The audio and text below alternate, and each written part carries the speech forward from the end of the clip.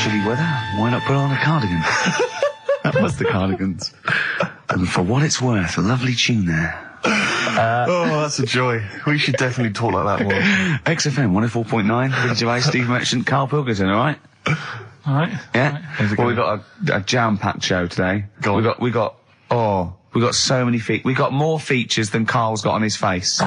which is about the same as Morph. Yeah. Very few. It's just really a head, isn't it? A little. That's where I've seen him before. More. On Take Heart. Yeah. We've got, Rockbusters. That's Have we? still No, going no strong. more feelings on that. No, but he's said he's gonna, buck his ideas up. We've got, chimpanzee that. Carl finds an amusing monkey or ape related story. We've got Carl in a film again. Right, excellent. Yeah, I've had a lot of great response from that, Carl, on the internet. It was my favourite thing we've done. People raving about that. So can we say what the film is this week? Excuse my French, we've got some bloody great music. Oh, pardonnez-moi. Wow, I don't know, I can't speak French. Shall we try and start? Well, I'll just give you a taste. We got Oasis, Cardigans, you just heard there. We got Lloyd Carl, we got a bit of Pretenders coming up, Eminem, Feeder, Coldplay, all the greats. Can I play you some TJ's fan club later? Yeah. What should we have now? Oasis. Go on, Yeah. Brilliant. Oasis and Songbird. It's a nice little ditty It's alright, yeah. of a Saturday. Yes, thank you. XFM 104.9, Ricky Gervais, Steve Merchant, Karl Pilkington. I think we should go straight into it, Carl. I think we should do the competition. There's Carl in the corner. It seems a little premature, doesn't it? Do you reckon? Yeah, I Do you think reckon so. we save it? It's so good. We should tease it out of Well, them. it's a big thing. It's just that I've got absolutely nothing to say. Sure. I haven't really. Well, I mean, like often I know you all have spoken to Carl in the week. This week, for some reason, I've been speaking to him. Oh, right. I spoke briefly to him about Michael Jackson and the documentary. Yeah. Now, of course, I thought that was extraordinary. Amazing, I asked amazing Carl's piece of opinion. work. Yeah. And he didn't mention to me the fact that Michael Jackson likes to climb up in trees. No. He didn't mention anything about his bizarre relationship with children. He didn't mention anything about his obsessive billionaire spending sprees. Right. He didn't mention anything about the mannequins he has in his thing, or the fact that he drives around his sort of 7 hotel suites in Las Vegas in a little kind of old people's scooter. The only thing of note for Carl was he said to me, "Did you notice how big his hands are?" I'll tell you what, though. I did. What? How you look at the man's got like a face that he's had reconstructed. Well, I can't say that. It's libelous. Yeah, he hasn't. He's got an old He's had two nose jobs. Yeah. And you're looking at his hands. But I think it's because you look at him and he looks a bit like there's a bit of androgyny there, but it's sort of like it is quite a petite sort of old lady's face in a way, but then you see these labourers' hands come out. That's always the way with a tranny, isn't it? You know what I mean? Well, you can't accuse him of being a tranny. No, he's not. No, he's not. What are you saying? No, I know he's got not. enough issues now. You're accusing him of being a tranny. I like him. I thought he came out that brilliant. I thought it was really. I really felt sorry for him. No, I think he cleared up a few things as far as I'm concerned. I thought it was a fascinating piece of work, but I did like the shopping spree. That was great. Extraordinary, because he's just got going around such just bad taste. pointing. I know it was bad taste, wasn't it? It was like one of those bizarre shops. Yeah. You know what I mean? There's anything, sort of a gift shop, but they're trying to make it look like Ming. But and it's sprayed gold. If he'd been living in a trailer park, he'd have been ordering, one of those porcelain dolls dressed like a Harley Davidson bike rider, or an Elvis commemorative plate. It was the kind of billionaire equivalent of that. But the hands were a giveaway. It's the same as those sort of transvestites. Well, it's like you get what was it about his hands? You know when you get like a cab driver or something, right? And he decides to turn transvestite at about 60, and he goes on Kilroy. Do you know what I mean? That way, he got a twin set of pearls, and he goes, "I've never felt so comfortable." But his hands are still big. He's got a little wig, and he's got the lipstick on, and he's with his teenage kids who are going, "Kill me." Do you think he's been having surgery on his hands to make them larger? Bigger, yeah. Is that why he was wearing that glove through most of the Exactly, because but I think he wants to be a goalkeeper. Right. And they said, well, you can't, Michael, you've got big hands. It would help him climb the trees. Yeah. And he can play tennis now without a racket. Yeah. So what did you make of it, Carl? Were you intrigued? The Michael Jackson thing. It's, it was alright. But, that got a load of attention in the press. But the Trisha programme got nothing. Okay. Which, I know, Steve called me up in the week, right? 10 o'clock in the morning, I was at work. And he goes, I think so at 10 o'clock. Preparing this show. Most people go to work about 8, 9. You're watching Trisha and that. I said, no, what is it? He goes, you'll be loving it, right? Freaks. Was it, Help Me, My Mum's a Freak? Siamese twins. Right, so I couldn't watch it, but he said, it might be on again, because they repeat stuff on ITV2. Right. So I had my dinner late, right, instead of having it at like 1 o'clock like I normally do, I had it at like 2:30, sat in the office, put the telly on, ITV2, these Siamese twins. Did it blow your mind? It was amazing. You know, we talk about a lot of things on the show quite a lot. The Airy Kids crop up a lot. I was waiting. It's been 10 minutes and you haven't mentioned the Airy Kid. Right, and last week we were talking about Siamese twins, weren't we? So it was weird that this programme was on, but it was amazing. I mean, what I think you can't refer to them as Siamese twins. I think they're known as conjoined twins. Why? I think Siamese is maybe considered derogatory or as an old antiquated phrase. Yeah, I think it's because the first famous ones were actually from Siam. Right. And that doesn't exist anymore. No, it's conjoined, Carl. Yeah. Get the phrase right. But you think that if that's happened to you, that wouldn't be that sort of offensive. The names that you must get called. Right. You think that's least of your Siamese worries? twins, I'd say, well, that's, yeah. Now, were you stunned by where they were connected? Just live with it, we'd say. Right. Because they were connected, of course, at the forehead. Oh, Sort of, which was quite extraordinary. God. What if one had bad breath? That wasn't a question that Trisha asked. Annoyingly, because I know that much of the audience was thinking that. There's a few things that didn't crop up. What questions would you have asked of them? Because what things did you feel weren't mentioned?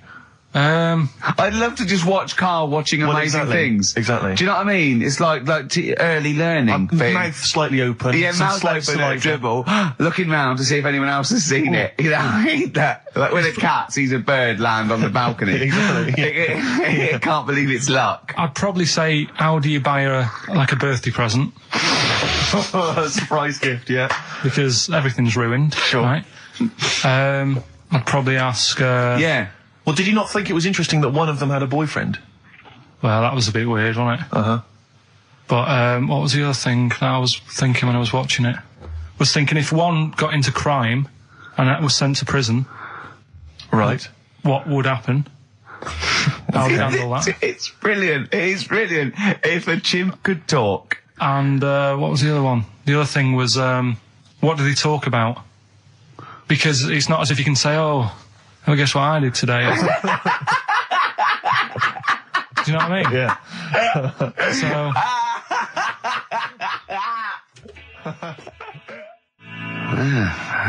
Brass in pocket, and if they're pretending to be good, they're doing a bloody good job of it. I love them. That's Ricky Gervais on XFM 104.9 with me, Steve Merchant and Karl Pilkington. Karl is still buzzing about these conjoined twins. It's just... One of them, of course, had to be... Because one of them was sort of shorter than the other and had to be sort of wheeled around on a kind of trolley thing by the other. This isn't Molly and Dolly, is it? No, they're not called... One's called Reba. I forget what the other one's called. Sheena, maybe, or something like that. Do you remember, Carl? No, I wasn't that impressed with the names. It's just...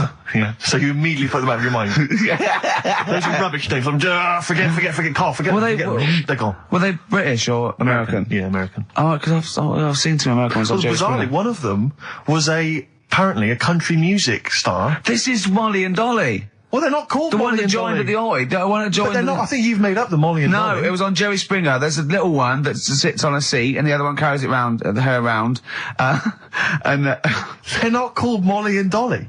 There was something like that. They're called. Well, we know that one of them's called Reba, and I forget. And one was a country and western singer or something. Yeah, and but she was saying, I've just made a movie. It's coming out shortly in theatres. Is your sister in it? Yeah, and the other one said, I'm not involved. It's utterly bizarre because they live there. They work so hard to live their lives separately. Yeah, they say it's all. Yeah, exactly. of course. So, Yeah. They try not to. So she's talking about her music career, and the other one's sort of not taking any kind of credit for it, which is nice. It's weird though, because when she was singing as well, the other one just stands there. She doesn't join in. She doesn't sort of dance. Offer backing vocals. Do you know what I mean? Make a group out of it. Yeah. A duo. Yeah, well, but it seems like we're sort of being horrible, but we're not. No, we're not. I mean, it's a really bad we're thing, laughing at Carl's amazement at this phenomenon. Sorry, I just got to say we're not. You know, taking the mickey. The really weird thing about all this, right? And it's annoying because you were saying about, what should have Trisha have asked and all that. Yeah. But one of them mentioned that one of them was adopted, and the other one wasn't. Don't talk rubbish. No, seriously. I didn't understand it, right? Of course you didn't. And then Trisha sort of said, well, let's have a chat, and they were like, no, I don't want to go into that. What do you mean one was adopted? That's what he said. One of them. Don't quiz me on it, but that's what was said. Hello there. Hello there. I'm a multi-millionaire. And I've just seen your orphanage. I'd love to adopt one of your children. You'd like to adopt one? I'd love to adopt a children because I've got loads from around the world, so I'd love to adopt one. I'd give you $10,000 towards your orphanage. We're speeding through then. Yeah. Okay. We've actually got 2 left. I only need one. I'm only interested in one. Yeah, I don't need any more. Don't need any more. They're sisters. I know it would be tragedy to break them up, but I really only need one. Now, break it up. There's the rub, you see. Sure, because, sure. You just need the one. It's $10,000 now. You can have that. I'll sign it now, but I don't want to discuss it further. I'll bring you around. Brilliant. Okay. Ding dong. Hi, yeah, brilliant. You brought my kid round. Yeah, there she is there. That's a joy. Yeah. Okay. Just standing next to a bush. Yeah, can you bring her out? No, there's nothing behind the bush, so you just want... I just want to be able to walk 360 degrees round her. Do you want her or not? Yes, I can't believe it! What's that little trolley? She's talented. Oh, dear. You're talking nonsense, Carl. Well, whatever. Feeder. That's it, just the way I'm feeling. XFM, 104.9, Ricky Gervais, Steve Merchant, Karl Pilkington. It's time for the newest quiz in town. This is where Karl inserts himself into a seminal film. Last week, it was the little kid in Sixth Sense. You remember? To great acclaim. The critics loved it. They said a triumph. This week, he's fiddled with The Graduate. This is the scene where, of course, he goes upstairs to the hotel room, and it's on the cards. She's a dead cert, Mrs. Robinson. Well, here we go then. So, are you ready for it? I've brought some condoms from home that Suzanne got for Christmas. Benjamin. What? Will you bring me a hanger? A what? A hanger.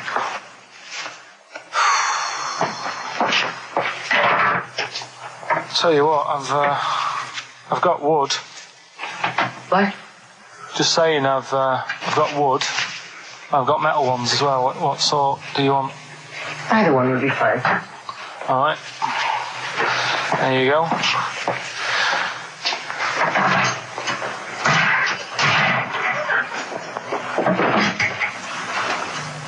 Are you afraid of me? No. No, I've seen weirder things than you. Have I ever told you about the 2 lads I went to school with who had big heads? Webbed fingers as well. Not related, and weren't mates, but both had the same thing, which is a bit weird. I've never found out what was wrong with them. Can I ask you a personal question? As long as it's not about my head being round, because Ricky's always going on about that. He's saying I've got a round head. Well, you can admit that, can't you? No, it's. I'd say it's a normal sort of shape. It's just round. It is, isn't it? Yeah, but what do you mean? So is yours. Heads should be round. It's nothing to be ashamed of. I'm not ashamed. It's just a normal shape. Mm-hmm. And you can talk. Look at your saggy arse. Anyway, get your knickers off. Hello, darkness, my old friend. Oh, that was a joy. Oh, dear. Oh. It was an absolute treat. Now, I should say that obviously the prize is a copy of The Graduate. Now, bear in mind that XFM is giving away these prizes. Yeah. Carl is so cheap that he wouldn't even buy it on DVD. He's bought it for $6.99 on VHS. It'll be panned and scanned. It won't be widescreen. There's none of the extra features that you get on the DVD.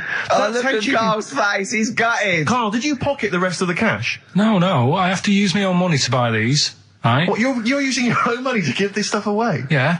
So I had to go and buy that. XFM is so cheap, I understand. Right? I know. And it's not worth having it on DVD, is it? Why not? It's an old film, so... So the quality is do you know what I mean? They can't really tidy it up. Of course they can. They do it from a print. They don't do it from the video. They don't get the video and go, let's make it into a DVD. An old Betamax copy that someone had knocking about. Well, anyway, it's the same film, though, isn't it? Fine, okay, well, you're right, yeah. But anyway, you can win $6.99's worth of The Graduate. The question, and it's email only, Steve, it's not Steve, it's Ricky ricky.gervais@xfm.co.uk. The question is, name the actor that Karl was taking the place of in the film, and of course the actress that he's performing opposite. ricky.gervais@xfm.co.uk. Lovely. Do you want to play something from there? I would love to. It would seem appropriate. Yeah. Dear Mr. Simon and Mr. Garfunkel, please, let's not have the sound of silence. Let's have some more beautiful music. Get that together, please, quickly. That's XFM. I think you should do every single link on it. It's the best bit of the show. That's on XFM 104.9. Are we going to have time to play the clip again before, I don't know, before 2 o'clock, let's say? Are people not listening to the question? Is that what you're... Some people are not listening to the question. Oh, dear. Okay, we'll play it again at about 2 then. And personally, any excuse to hear it again, because I thought it was I think Karl should go out and get the DVD. I think it's embarrassing to give away the yeah, the you have to get it. You have to go out and buy the DVD later. Karl, on the DVD, it's got a booklet, it's got an audio commentary, it's got behind-the-scenes features, and it's got this pristine widescreen version of the film. You've got some cheap $6.99 version. Yeah, and on so VHS. because you were being mean, because it was your own money, you're gonna have to waste that now because no one wants it. So it's gonna cost you twice as much as it would have done if you just got the DVD the first time round. A valuable lesson learned. Yeah. I've rewound it. There's a penalty if you've not. No, you haven't rewound it. Go and get the DVD later. Were they going to win the DVD? No, I looked at the DVD and it was 18 quid. I'm Go not and paying get 18 it quid for and it. claim it back. No, you've got to wait. What a cheap station this is. It's outrageous. I mean, Well, do you want to go on with the other prizes with what we're giving away later? What is this for Rockbusters? Well, we don't give away prizes, we throw away prizes. Yeah, it's cleaning out some drawers at XFM. Go on. I'm just having a quick look through before I... Because we've sort of revamped Rockbusters a bit. There's that extra bit in it now, isn't there? That audio bit. You're selling it, your big sell. Oh, we're There's not a going DVD straight there. into that yet, then. There's a No, DVD. no. There's a DVD there. What's that? I'll go through them later, Rick. I just need to absorb it. Don't get excited, mate. So, who did Karl play in the clip? What actor's place did he take, and what actress played opposite him? That's Ricky.Gervais. XFM.co.uk. Sure. Brilliant. Yeah. Is that it then? What have we got coming up? We've got some... Play a bit of Coldplay. Let's have bit it. of Coldplay, be right? Coldplay. Yellow on XFM 104.9. Get it on DVD. It's an embarrassment. £7 worth of old video, pan and scanned. I bought it now, that's what they're getting. Right. He's put a downer on it. All the work, that went into that, and then just gonna fob them off with a bit of old celluloid like that. Well, listen, still to come, right? We've got the monkeys thing. Oh, chimpanzee that. And when I was out last Sunday, right, at Johnny's birthday party, Yeah. Steve was there. Yeah. Got talking about stuff. And a debate that we didn't really finish cropped up. It blew your mind, didn't it? Amazing. Oh, I know about this. Steve told me. This is the infinite amount of monkeys. Or a monkey with a typewriter and an infinite amount of time would eventually come up with the works of Shakespeare. Yeah. There was no debate. It's a philosophical, mathematical problem. There's no debate. It's true. It wouldn't happen. No, listen, Karl, listen. Infinity sorts it all out for you, right? An infinite amount of monkeys at a typewriter, right? They do everything. They type everything. Infinity just sorts it all out for you. There's no getting to it and they're going, oh, well, let's have a look what they've done. This one's come close. Did Romeo and Juliet. It would do it all. It would type everything ever possible, conceivable. Yeah, but... It's a mathematical... Well, infinity we've heard sort- your side of the argument, Rick. And I'll be honest with you, it's a persuasive one. But let's hear Karl, because he heard about this in a pub last week. Yeah, so what's your he's got some problem? strong What's your ideas problem with himself. it? What's your problem with it? Well, first of all, right, you're saying it's a load of monkeys. It's not just one monkey that Depends. can live forever. No, wait. It's either a chimpanzee with a typewriter with an infinite amount of time. He would eventually, by definition, mathematically, type everything ever possible. Okay, or it's an infinite amount of chimps with typewriters, and one of them will type it first time. But already that's not right. You either need to have What do one you mean? monkey. What? You mean Let's hear his employment point. laws? He What do you mean can't- it's not right? Let's hear him out, please. If it's one monkey Yeah. with a typewriter that's got loads of ink in it and that, right? At least it knows what it's done in the past. It's not... Keep going. Crime. If you've got a load of monkeys, it's like if you have too many. What's that saying about too many chefs? Too many spoil- chimps spoil the soup.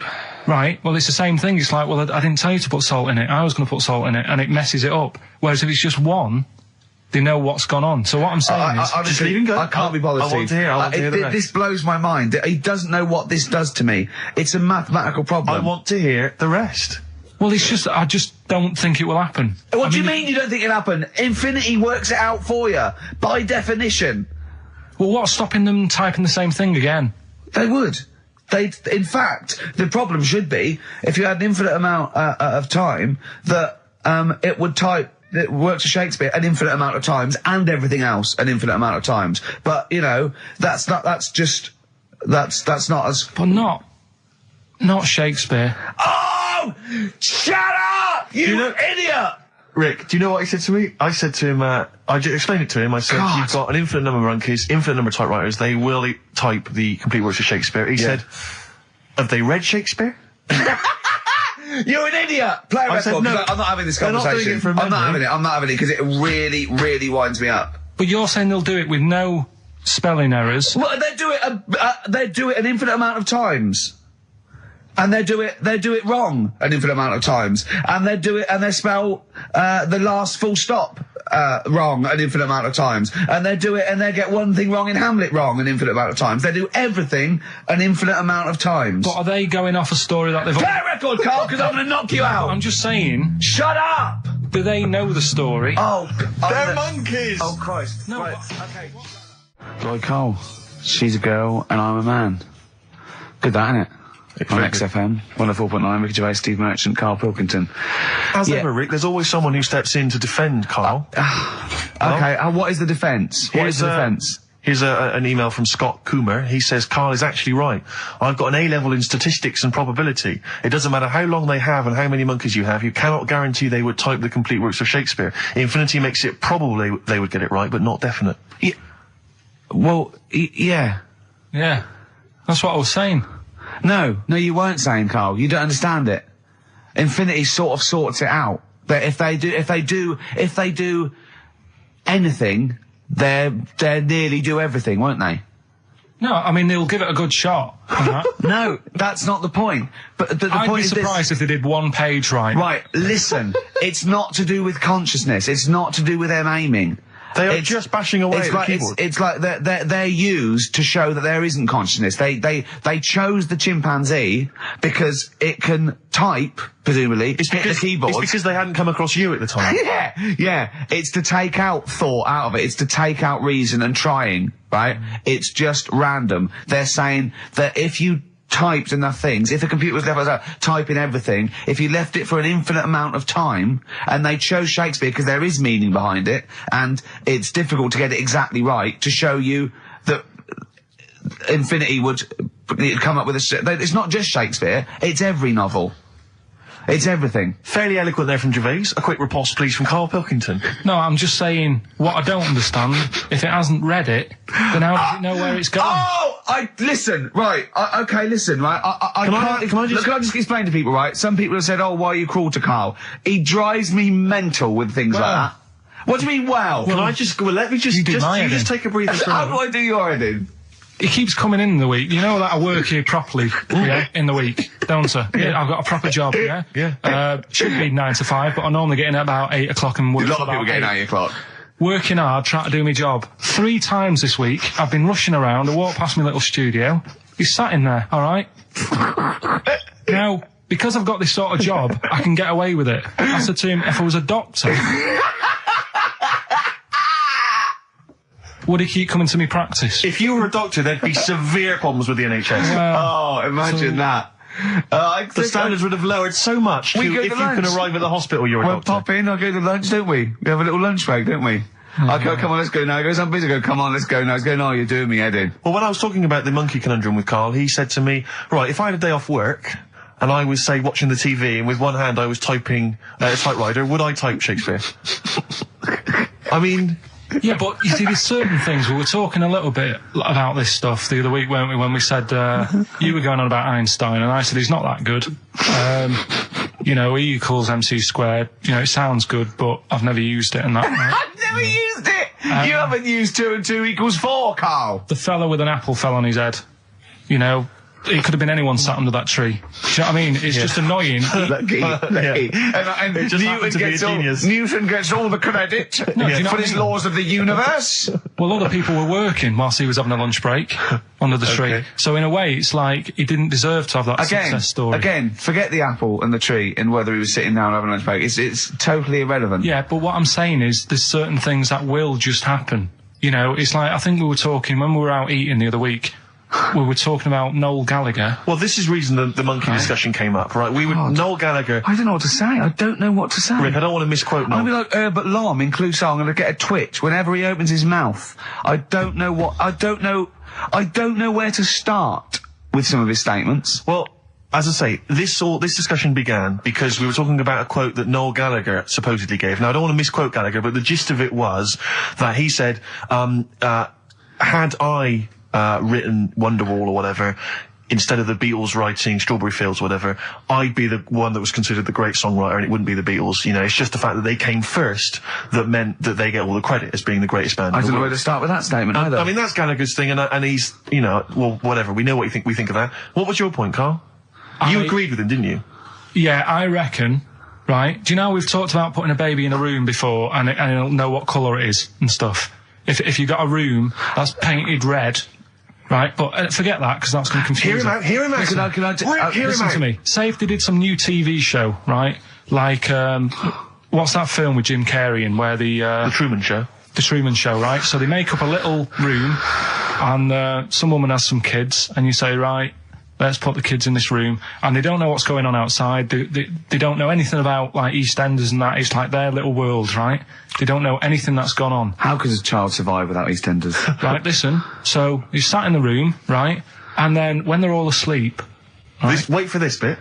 someone Have you heard this? Yeah, bit? wait for this bit. They're all in a room. Yeah. They're asleep. Yeah. someone pops in, puts a guitar next to the bed, right? Nips off out again. They wake up in the morning, and one of them goes, "What's this?" They don't even know it's a guitar because they've never seen one, right? They're talking English though. Yeah. We just left guitar out of the vocabulary. Right. So There's plenty more to come. one of them will pick it up and they'll go, "I don't know what it is," and they'll start strumming. They'll go, "That sounds good, doesn't it?" Give them a few weeks, they could come up with "Hey Jude."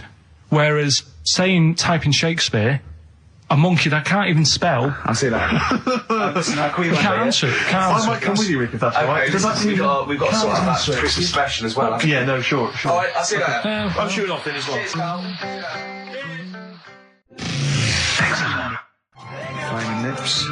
Yoshimi battles the Pink Robots on XFM 104.9. Before the ad break, Steve Miller Band, Fly Like an Eagle. Great track. Lovely to hear that. Brilliant track. We're not scared of playing that sort of stuff, are we? Indeed. We've got some great... I think we're underestimated here. People think we're just like, you know, two guys and a buffoon in a room. But we're so much more than that. We try and put together a whole package for them, don't we? For their Saturday afternoon listening pleasure. If there was an infinite number of us three in an infinite number of studios, broadcasting for an infinite number of shows, would we ever do anything half decent? Yeah, we eventually... Would we ultimately come up with something quite good? What was that email that you were laughing at? I can't, it's too rude. What does it say? It's too nasty. Oh, God, give me the gist of it. The gist of it was that it would mean that if there was that infinite number of monkeys, eventually, besides the fact that they would type the complete works of Shakespeare, they would also type the sentence, "Karl Pilkington is a genius."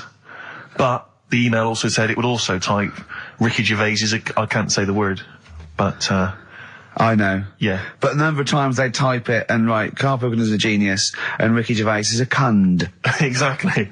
Yeah, that would be there a lot. Yeah. Before we carry on with anything, I should just tell you, we're on the subject of emails. There's one emailer we're always looking forward to hearing from. Dickers! Richie Anderson! Dicky Docky Doo! Richard Anderson, thanks for emailing. He's my biggest fan. He's now. one of the biggest fans. He absolutely loves me. But not afraid to offer some constructive criticism. Go on, That's the what's he great said? thing about Dickie. And from Anders this week, he says, "Ricky, I'm lazy, I talk nonsense, I'm badly organised, and I believe in ghosts. Can I have a job working on your show?"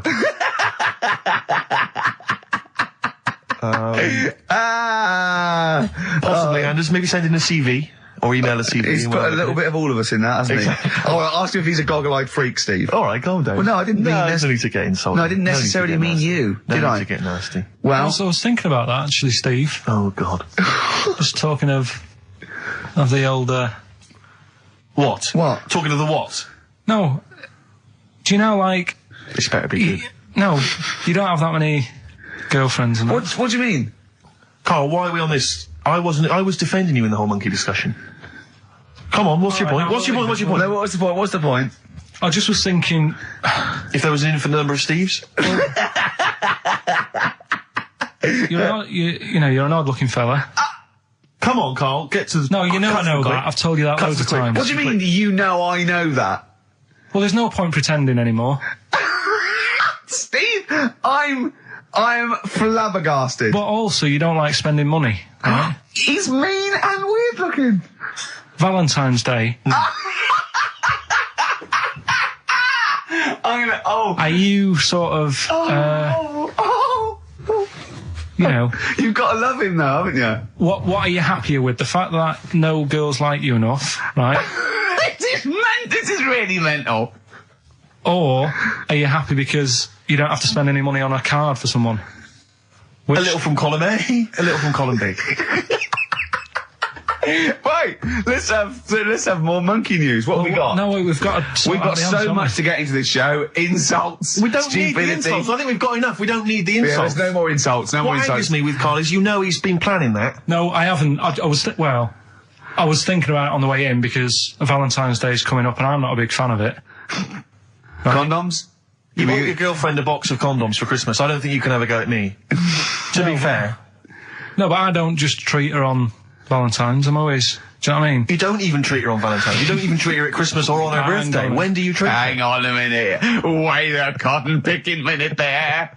Oh, why I order. Wait a minute. What was that? Tiffany dog. I treat your girlfriend better than you, and I've only met her twice. I took her out last night and she enjoyed herself. Where'd you go? Until she had to write the check. Where'd you go? Where'd you go? To a chippy. A really... No. Play a record! Is it a chippy? No, a really quality one. Right. Oh, God! Under a fiver for two. Oh, nice wrapping. Not newspapers, greaseproof paper. And bread. Ash, and sometimes on XFM 104.9, I'm looking Gervais with me, Steve Merchant and Karl Pilkington. Right. We've got so much to get through. All right. London's shit, innit? Sorry, I shouldn't swear on air, my studio. Never swear on an on-air studio. Yeah. Apologies. Not really swearing, is it? I'll tell you what swearing is. Yeah, Graduate. You're going to play that again and give a winner. Give a winner. Well, let's hear it. So it's Karl Pilkington featuring in The Graduate. Yeah. Yeah.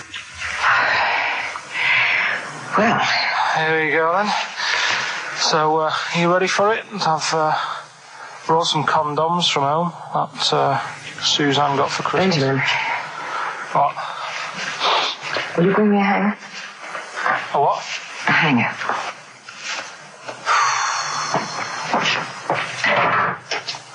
Tell you what, I've got wood. What? Just saying, I've got wood. I've got metal ones as well. What sort do you want? Either one would be fine. All right. There you go.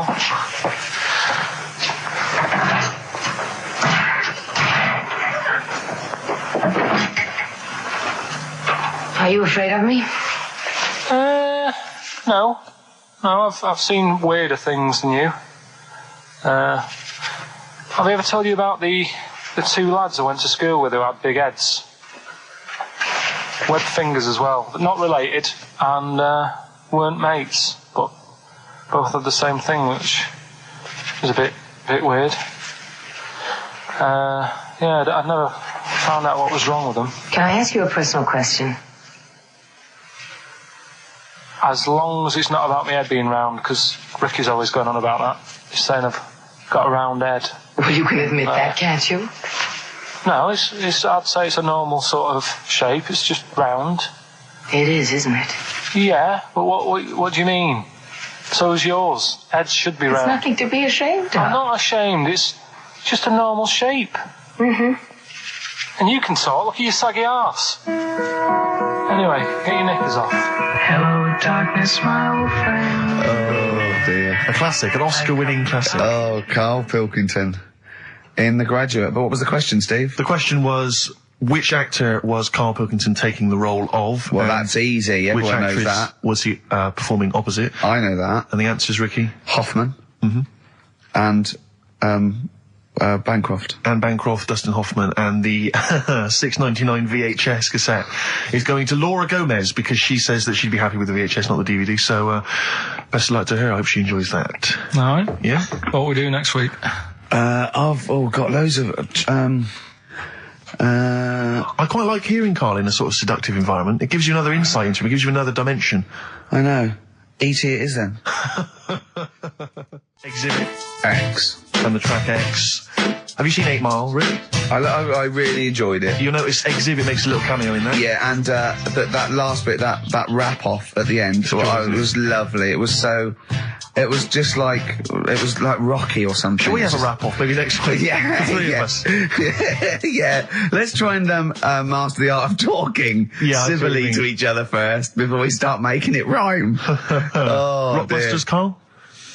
Yeah. I'm not a champion of Rockbusters, as you know, but I think it's overstayed its welcome. But I'm willing to go Well, I along think with Karl's just giving the fans what they want here. it. Okay. It's a popular thing, isn't it?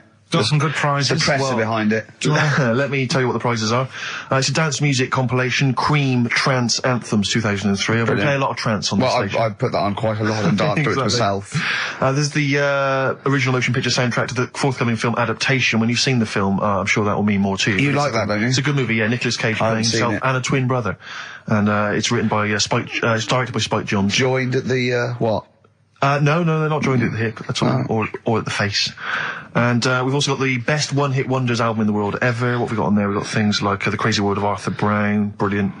Nana, 99 Red Balloons. The Rembrandt. In fact, it kicks off with Nana. Sure. That's followed up by I'll Be There For You, the theme from Friends by the Rembrandts. Yeah. And of course, Breakfast at Tiffany's by Deep Blue Something.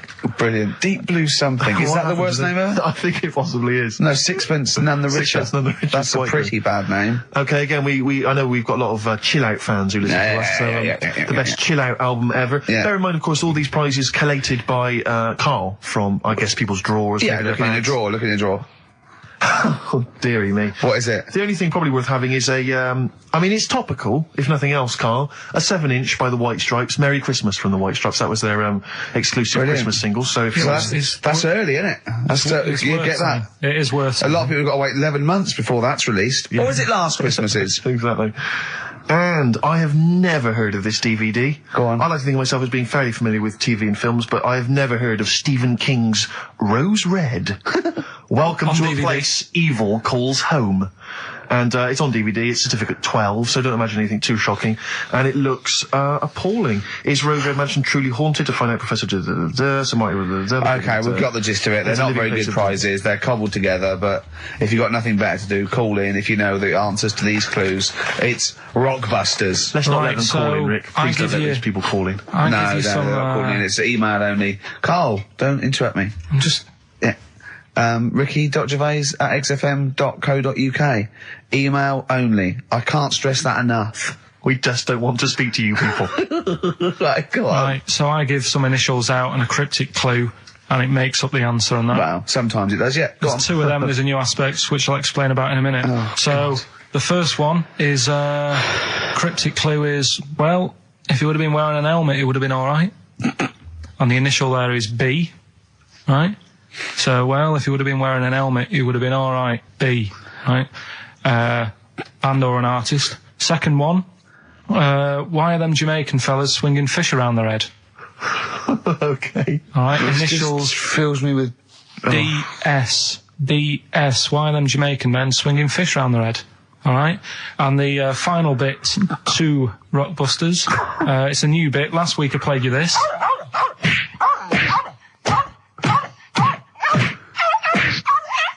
His face goes along with it. That's someone beating up a dog. That was Smack My Bitch Up, right? So here's some sound effects and that, and they make up a song.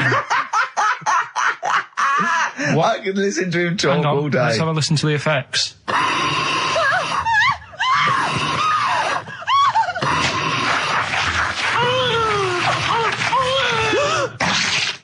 That's terrifying. Right, I told you not to play that one. It's rubbish. No one will get that. Well, we'll see. I heard that. I can't always say one thing. I said it's rubbish. No one will get it. No, it's not the one you think it is. Ah. Right, so email in ricky.gervais@xfm.co.uk and you can win that stuff. I'm a little bit confused. I'm here. I've heard what you're saying. We've discussed this in the past. I don't know what's happening. What's that? Is that a clue? That's a cryptic clue. That's screaming to a song, is it? It was screaming. Well, don't say it. It should stand up by itself. Don't give him any clue. Hang on a sec. So this is the name of a song. It's not a band or an artist. Yeah, the sound effect. So the first two are bands or artists, and the last one is the name of a song. I said we should abandon this. I said we should just pack it in. What, the show? Yes. Come on, someone talk. I'm looking at his face. His headphones are too loud. Instead of turning them down, he's just grimacing, going, "These are too loud." I don't understand it. Yeah, how have you lived this long? How did you make it to 30 without getting squashed or eating something deadly poisonous? I told you I used to choke a lot. We've had an email from... placebo, the bitter end. We've had an email from Andrew Forrest, who has just simply entitled it Karl Pilkington. Oh, Karl Pilkington. What do you think of that? That's got to be your new name from now on. I had a mate who used to use it. What, he used to call you that? Yeah. Was that your nickname at school, Pilkington? No, it's not my nickname. It is now. No, it's not. It is now. Pilkington. Pilkington. Oi, Pilkington. Oi, Pilkington. Pilkington, do my homework. Where do you live? Where do you come from? Pilkington? No, there's this lad who called Mark, right, who used to go to school with, who used to call me that. And his mum, right, was like obsessed with cleaning. And I was never allowed in their flat. He makes the place look untidy. So she used to, I don't know if it was just me or all his mates, but I used to turn up and she goes, "Yeah, he is in, but you know what you've got to do?" And I used to have to go round the side of his flat, and he had a computer, right, which I used to play. I didn't have one at that point, but he had one. And I used to have to go round the side of the flat and stand at his bedroom window with his window open, and I'd be sort of leaning in playing the game. You are joking. I'm not. His mum... You had the weirdest upbringing I've ever heard. The things you were willing to do. It's the strangest. What is this town like? No, I stopped going once. Was there always music? Like, there's the horse in the house there. Oh, look at these two kids with big heads and webbed feet. All right, Ronnie. All right, Reggie. What was it like? She was obsessed. It is like you've grown up in a cartoon made for children. Yeah. No, his mum was really obsessed with cleaning. Can I play it through his window? I used to... Mrs. Ramsbottom, can I play it through Mark's window? Aye, you know what you have to do. She used to be up till about 3 in the morning. Is that Pilkington again? Have you washed your hands? Well, up till 3 in the morning, washing. She used to be up doing the tiles in the kitchen. Washing until 3 in the morning? It was at 3 in the morning. And for ages and ages, that saying that out on the tiles, I used to think that came from, like, his mum. Because she was out, like, cleaning them late. So, till I was about 13, I thought that saying, out late, on the tiles... Yeah. Was... And now you're not confused by anything. Well... There's no misunderstandings in your life now, is there? So was he allowed to walk in and out of the house, was he? Oh, he was alright, and he used to come round to ours a lot, and my mum used to get these pies from Hagenbach's, right? So... I don't know what that is. It's at that bakery where they used to chuck the cakes out the back, I'll tell you about. Yeah. And you at 6, you at 6. He loved it, but I could never go round to theirs, or if I did, it was like, well, yeah, he is in, and I'd go, alright, and then I'd walk round the side of the flat. Stand outside. Why did you ever knock at the door? Why don't you just go around and knock on the window? Just to check he's in, because he wasn't always in his room. If he was in the lounge, he'd have to go to his bedroom, and then that's where he'd meet you. This is the strangest. And you'd play a computer game through the window. You say it was a flat. It wasn't like a 5th story one, and you had to get in one of those kind of cleaning contraptions and, like, winch your way up. I love the idea of that. So, oh, Pilkington.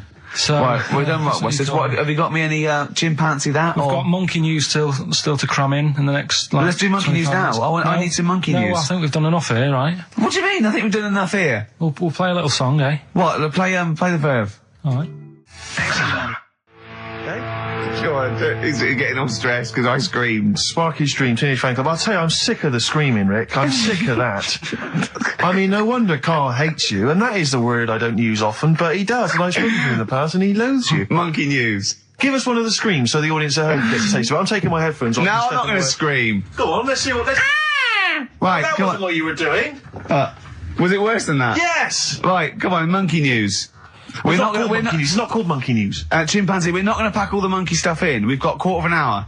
What other show can say that? Yeah. We're not going to pack in all the monkey news. We've got 15 minutes where we can't get all the monkey information in. Right, come on. You're going to love this one. Go on. Let's have the jingle. Oh, chimpanzee that! Right, I don't know how recent this was. Oh, God. 17th century? But it happened in Hackney, right? If you're outside London, that's in a place in London. And it's this monkey that's going about Hackney, nicking DVDs. Even the monkey didn't go for videos. Even the monkey knew, well, there's no point getting on VHS. But you're on VHS. You're having a... Throw it back. Right, and there's a girl called Lisa who works in our office here, right? And I mentioned it to her because she lives in Hackney. I said, you familiar with this? And she said, oh, I remember something about it, which annoyed me. The fact that a monkey's running riot, but she didn't know the full story, and she lives there. What do you mean a monkey? Do you mean a chimpanzee? Or a monkey? I don't know, is he a zoo in Hackney? Is he a zoo there? I don't know what sort it was. But it was like... Is there a zoo in Hackney? I don't know. That's what I was asking. So, right, get on with the story. So anyway, it's been robbing stuff. And the other bit that really puzzled me, right, is the fact that... And you're not easily puzzled by monkey news? They took fingerprints. What do you think about that? Well, they took fingerprints, presumably because they didn't know it was a monkey to start with. No, they did. They saw it, nicking stuff, and they said, get fingerprints. So that means there's more than just one doing it. I'm going to have a heart attack. He had to fax them to Interpol. Yeah. We know that is, yeah. It's Brian the monkey. Yeah. So sorry, I don't understand. He was stealing DVDs, specifically DVDs. DVDs, I think it said watches and stuff. What, breaking into homes? Yeah, in Hackney. Maybe. Are you sure it wasn't a kid with a mask on? No, seriously. How was he breaking into homes? They're good, up the drain pipe. They're good, aren't they? They're good, aren't they? But how would they do that? So is that the news? Well, how much do you want? Is that monkey news? For this week? Well, I don't know that it's true. Again, I've got the things... There was other stuff. There was another story that I found about a monkey, but I would like to know from someone in Hackney if... Do you know what I mean? And I missed that one on Crime Watch, which would have been good. Right? But there was another story about one that kept getting on buses, not paying its fare. Not paying its fare? And just sat in a corner reading the paper. Reading the paper, Carl! You're an idiot. Well, that wasn't in London. You're an idiot. That was in America. It wouldn't read the paper. Why would it read the paper? Because it was its way of sort of going, oh, well, if I'm reading something, maybe the inspector... the inspector won't notice my hairy hands. Oh, Carl, you're such a fool! Well, Pilkington. Carl, we've just had a news flash that an infinite number of monkeys in Hackney and an infinite number of typewriters. Yeah. We don't know what for. At this stage, we've got no more information. And they've taken back an infinite amount of graduate on video. This is rubbish. See the grass, seen the light.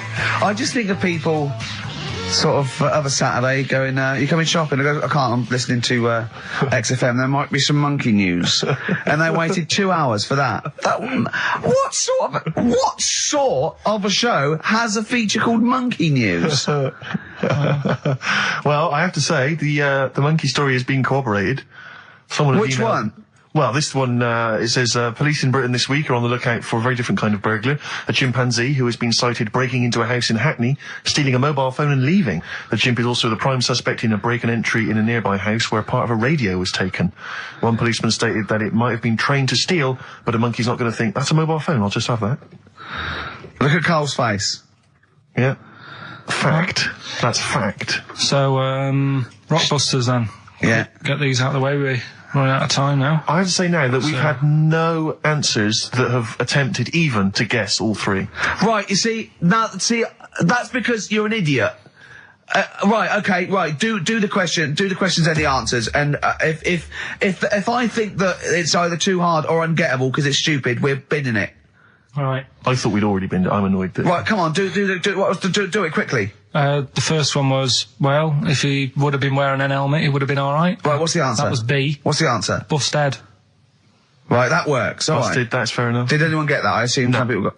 No. People have given up, Rick. People aren't even bothering to contribute. Right, what's the next one? They've just ignored it like it never happened. Busted. Second Busted. one. Busted. Why are them Jamaican men swinging fish around their head? Go on. That was DS. Yeah. 70s band, Trout Spinners.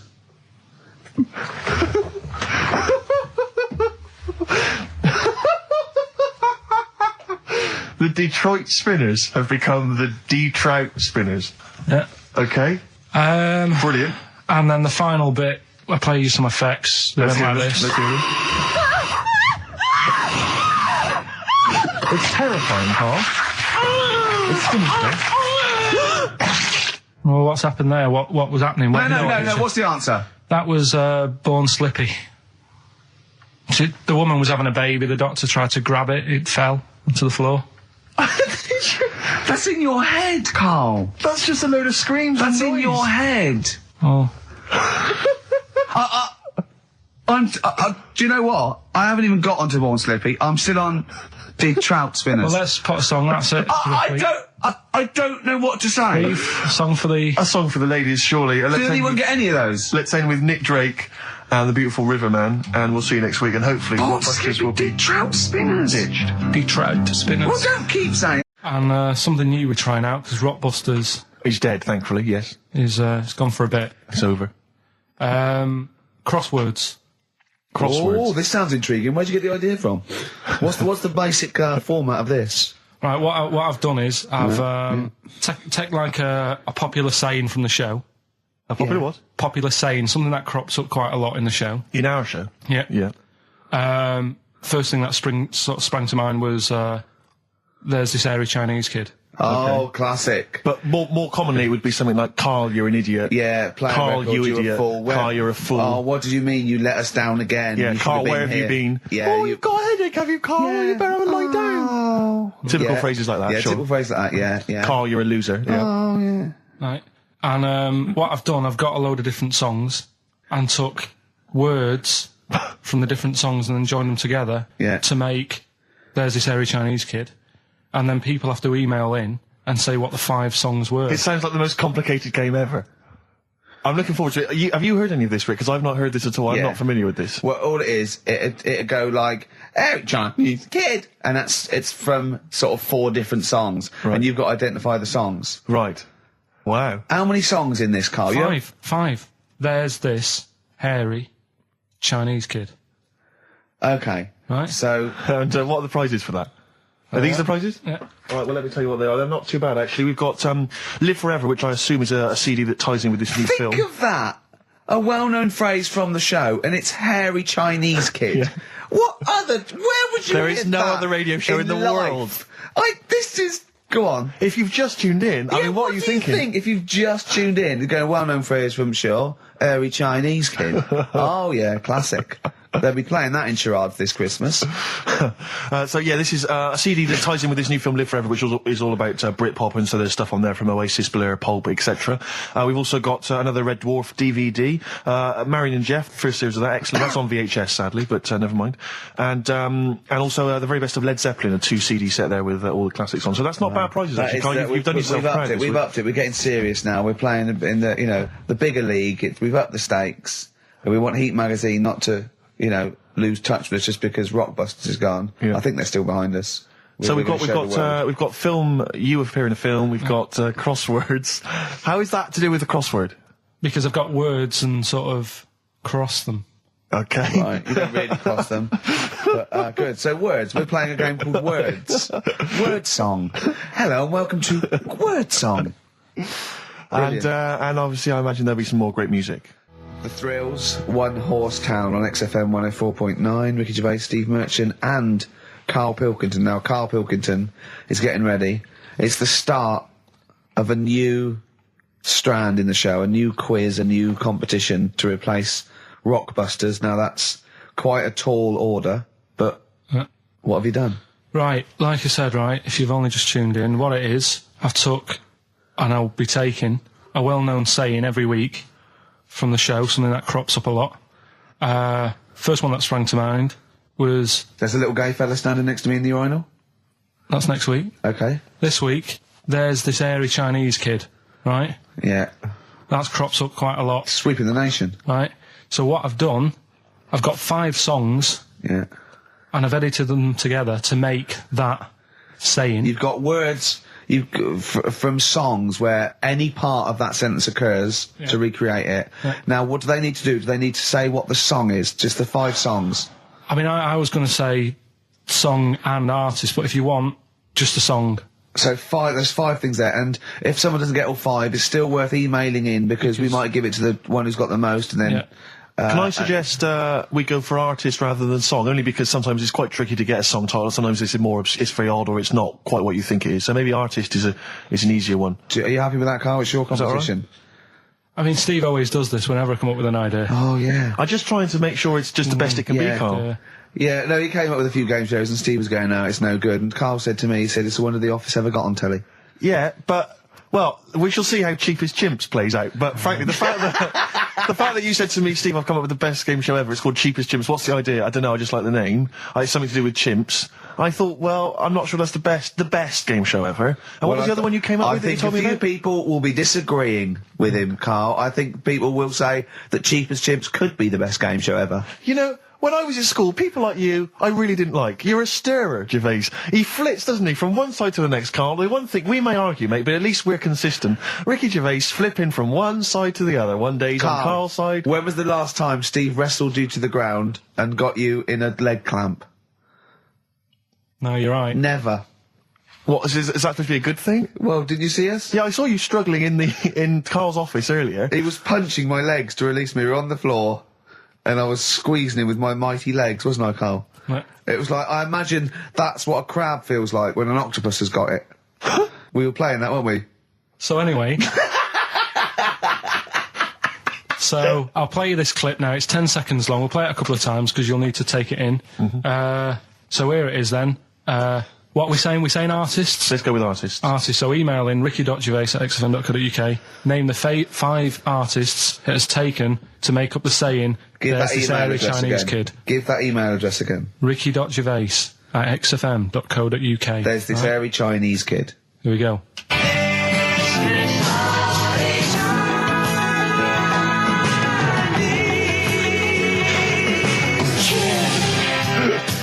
Play it again. Play it again. Here we go.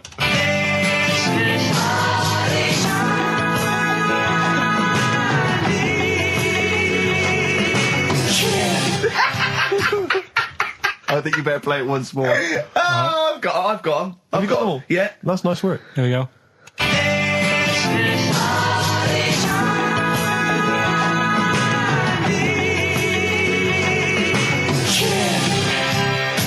I just remind you now that the prizes include a Red Dwarf DVD, Marion and Jeff, the first series of that on VHS, a Live Forever Britpop CD, and also the very best of Led Zeppelin. Let's play one of those actually while we're here. Brilliant. Rock and roll. One of the prizes on Carl's competition this week is the very best of Led Zeppelin. That's obviously rock and roll. We've also got a Live Forever Britpop CD, Marion and Jeff, and Red Dwarf. And should we play it again? So people There's have got this another airy chance? Chinese kid. Who are the artists? Here we go.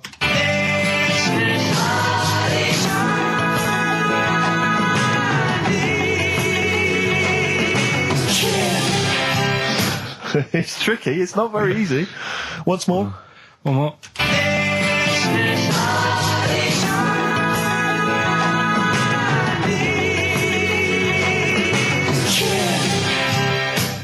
Well, there you go. Ricky.gervais@xfm.co.uk. Those prizes can be yours. Who is he and what is he to you? We have not had any successful answers on your quiz, Carl. We've had people who've That's got what you get a when you maximum put of 4. a duck in a microwave. Yeah, yeah. Bill Withers. Nice. All right. Cheers. So I'm not talking about Cheapest Chimps. That's safe. That's going to run and run. Yeah, that is going to run and run. That's really got legs. I'm going to check the press Monday. I can only assume it's a triumph.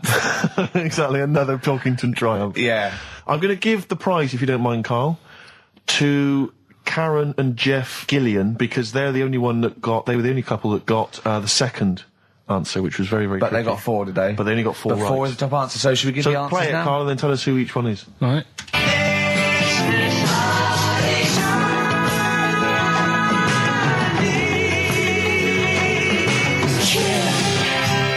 So there you go. I didn't know the second one. There's Play this again. very Chinese kid. So the first one, the Lars. There she goes. Right. That's George Harrison. No. That's Philip Bailey. And that's Deacon Blue. Right. So it was the Lars. Yeah. What's the second one? Strokes. That was very tricky. That is hard. George Harrison for yeah. Airy. That's all I could get. It was Ari. Ari Krishna, yeah. But it, Chinese, Phil Bailey. Chinese War is. Yeah. And Deacon Blue, Real Gone Kid. Real Gone Kid, yeah. There's this airy Chinese kid. Very, very hard. I love the fact that the normal bit of that, like, the normal bit is like the well-known phrase, there's this hairy Chinese kid. Yeah, exactly. Like, nothing happened there. That's normal. There's this hairy Chinese kid. As a phrase that often... In fact, you're right. We must have said that phrase 20 times today. When was the last time that was said 20 times? Never. I don't think it's ever been said anywhere. There's this hairy Chinese kid. I mean... Even in China. I don't think it's... Well, it's very rare. Definitely not said in China. The prizes they've won. The prizes they won: Red Dwarf DVD, Live Forever, the best of Britpop, Marin and Jeff on VHS, and the best of Led Zeppelin. Well done to Karen and Jeff Gillian. I've also seen no proof of this hairy Chinese kid. None whatsoever. Do you know, I think, you know, people don't want to hear about this today from us. They want to hear, you know, the new features, the songs of phrase. What song's a phrase? It's the feature we started last week, where we take clips of songs, we make up a phrase from the show. I mean, a famous phrase, last week's world famous phrase was, there's this hairy Chinese kid, you'll remember. Yes. Well, it was called Crosswords last week, but Phil emailed in a good suggestion and said call it Songs of Phrase. Brilliant. Songs of phrase. Songs of phrase, but perfect. So are we still going with Cheapest Chimps? We're persevering with that, aren't we? Got some Cheapest Chimps lined up. We'll be doing that before 3 o'clock. Yeah. Great. Again, who else can say that? So good. So for the next 2 hours, everyone should just bury their head in the sand, ignore the world's problems, and enjoy features such as Cheapest Chimps and songs of phrase. And a bit of Shearing Braves. Oh, class. Trying to stop suddenly in Italy. TB. Turing brakes. It's like a rockbuster, Carl. They were the good old days. I know, yeah. Painkiller on XFM 104.9. But look, Rockbusters is gone. Forget Rockbusters. Long live Songs of Phrase. Over to you, Carl. All right, well... You know, Rockbusters was one of the things they were protesting about last time. that was why I just had to listen to them. They just kept stopping me in the street as I was trying to get to the tube. You've got to stop Rockbusters, it's run out of steam, they said, and I'm glad. Yeah. That's why they always do it on a Saturday. Yeah. They make their way to Leicester Square for 3 o'clock. Yeah. Right. Songs of Phrase. What it is... Songs of Phrase. We took a phrase from the show last week. It was, there's this hairy Chinese kid, right? Today, we're going back to the good old line of, like, you never see an old man eating a Twix. Sure. Right? How long is that? No, you'll never see an old man eating a Twix. You'll never see an old man eating a Twix. Not as many as you think, no. It's not that many. Well, how is it not that many? Right, well, first of all, anyway, don't worry about that. I think there's about 5, I think. Hang on a minute. Oh, God. Why do we leave him alone to do this, I don't Steve? understand. Do you know what I mean? It's like, I'll tell you what, we were flying them. 6 different songs. 6 different songs. That's a lot to get, Carl. But what happened is, I couldn't find a song with Twix, so we've changed the chocolate. Oh, this is rubbish. We're not doing it. We're not doing it. No, you've got to be punished. We're not doing this. Do it next no, week. you'll like it. No, shut up, Carl. No, no. We're He's not put a doing lot it. of effort in. So what? You're right. He's got to do it right. He's got to do it right. No. There's too many. We said too many. It's not. He's changed the thing. It's not a one-off phrase. It's ridiculous. No, it's If absolutely only, pointless. Rick, if only his parents had spoken like that to him sometimes in the past, Do you know what maybe I mean? we wouldn't be Right. in this discussion You're not now. doing Oh, it. come on. No, we're not doing it. Steve, what do you think? I'll tell you, we've got the prizes, but I'm Yeah. not even going to bother giving. I'm not even going to bother. I think we'll just share them out amongst homeless. Absolutely. No. There's troubles in the world, and I'm not going to let you faff around doing nonsense like that. It's ridiculous. Well, let's do it for this let's week. play a beautiful song. What do you think? I'd love to hear a great song. Yeah, the times they are changing. We've said that. Look at Rick, Mother I'm beginning to wonder Nature if it's on the run. Look at Mother Nature on the run, Steve. Yeah. Play it. So we're not doing... No. It's your own fault. Now, Carl, the big question, as we know at the moment, is whether we're going to let you do Songs of Phrase or not. Rick, I should tell you now, there has been a flood of... Oh, no, there hasn't. Sorry, I was thinking there'd been a flood of emails, but it was people agreeing with you, Rick. I know Tony Blair has been trying to get through. Yeah, exactly. I'm just checking the emails now. There's absolutely nothing supporting you, Carl. No one gives a side either way about No, well, that's not then. fair. There were a couple of phone calls, weren't there? One was a guy saying you should. I think the other one was you, Carl. Was it phoning from the kitchen? Can we do it? Can we do it? Right. No. If you don't like it, we won't do it next week. But the fact that I've made it. I don't know why you did that. We thought of lots of stuff that you could do. You chose one where you have to have 10 words and 6 songs to choose. You haven't got Twix. I don't know what you've substituted Twix for. I've got to say now, I'm going to sit on the fence, so I'm quite intrigued. Okay, right. What have you substituted Twix for? Well, I can't tell you. Of course you can. No, I can't because people have to listen to it and work out. All right, let's just hear it. Let's hear it then. No. They know what they have to know what the word is. They have to tell what the song is or the artist. I prefer just to play it. No, you've got to tell them what it is because they might not even know what word they're looking for. Let's hear him out, Rick. Right. Please, Right. Democracy. That's what we're fighting for. Come on. Right, you turn them up. Right. Okay, I'll put the headphones on. Go on then. Right. Okay, so hang on. The phrase originally was you never see an old man eating a Twix. right, and we're trying to identify a number of songs which you've used to make up that phrase. And you email in xfm.co.uk/Ricky with as many as you can get, and whoever gets the most right. It's so complicated. This is so not. complicated. Right, here we go. I'm baffled by the email address. I couldn't figure What was that the out. email address again? xfm.co.uk/Ricky. Right. Right? And there's some link on there, is there? That, Yeah, that you just press and it comes through. Or isn't that? Right, here we go then, right?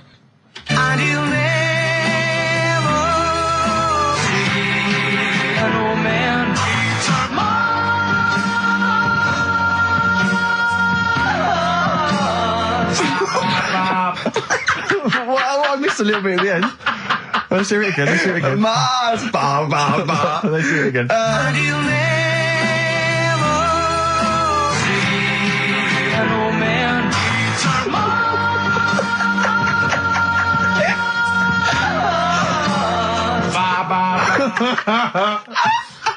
Oh no. Oh God. Okay. Right, we'd say the prizes, Steve. Right, so how many songs were there? Do we know? I think it was 6. You think there was 6? And you'll never see an old man eat. It might be 5. 5 or 6. Yeah. Anyway, why not email in the answers and how many there were, and you might be in with a chance of winning on DVD the original series of Citizen Smith with Robert Lindsay. That was good. Paul Whitehouse's Happiness, the first series of that on DVD. We've also got a couple of CDs here. The Best of Britpop, Live Forever, Oasis, Blur, Radiohead, and all the rest of them on there. Right. Supergrass's current album as well. That's all I right. think it's a current album. Yeah, it is. And Okay. less convinced by this one. If I tell you that some of the artists include Delamitri and Deacon Blue, then I know you'll be rushing out later, Rick, to buy this. Scotland Rocks. A compilation of... Is Wet on there? let's see. What about Biss? What happened to Biss? Let me see. I'm not gonna... I tell you, it doesn't... I mean, we've got Gun on there. Oh, yeah. We've got... baby, lately. Aztec Camera. Yeah. Big Country, obviously. Proclaimer's not on there. Wait a minute, where's Runrig? There they are.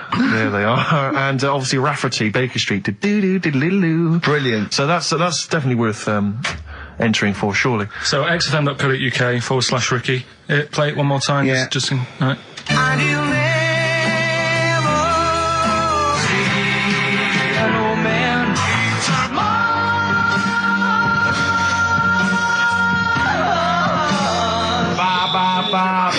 Class. Pure class. Well done. Okay. Yeah. All right, there we go.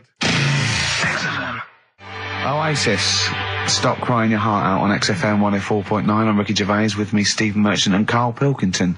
Karl's competition is in full swing now. I just will remind you, when playing songs of phrase and trying to guess the songs and artists, what do you want, songs or artists? I think songs. Yeah. All right. But that's ambiguous, isn't it, what a song title is? Where Yeah, I if you think know it should the be artist, artists, definitely. maybe the artist that cleans it up really. Yeah? Yeah. Should we do artists? Artists. Okay, you know, if they know what it is, because that'll stop any ambiguity, won't it? And don't worry if you haven't got all of them, because the winner last week didn't have all of them, but it's the closest one. I understand when you're trying to guess what's in Carl's mind. You can only get so close. Yeah. Do you know what I mean? He wants us to bring in Darren Brown. He go, because he won't be able to read my mind. And I think he's right. I think he might be. I think he's the one person that could outwit Darren Brown. Yeah. Now, moving on, Carl. Well, should we just play it very quickly? Just play again. Just if you're in case you want to join in. Go on then, one more time. Here it is, Songs of Phrase. And you'll never see an old man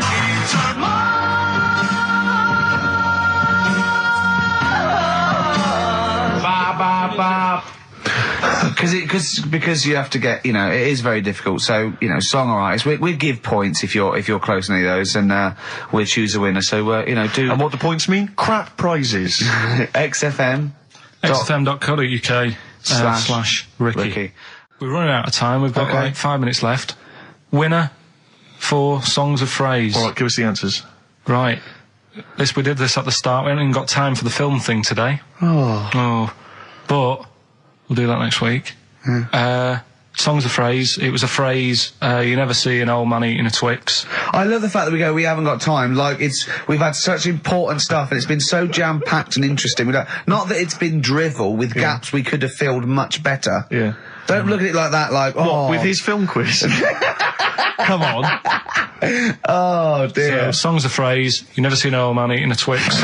We had to change it to Mars Bar. Here's what we had. Jerry and the Pacemakers. Echo and the Bunnymen.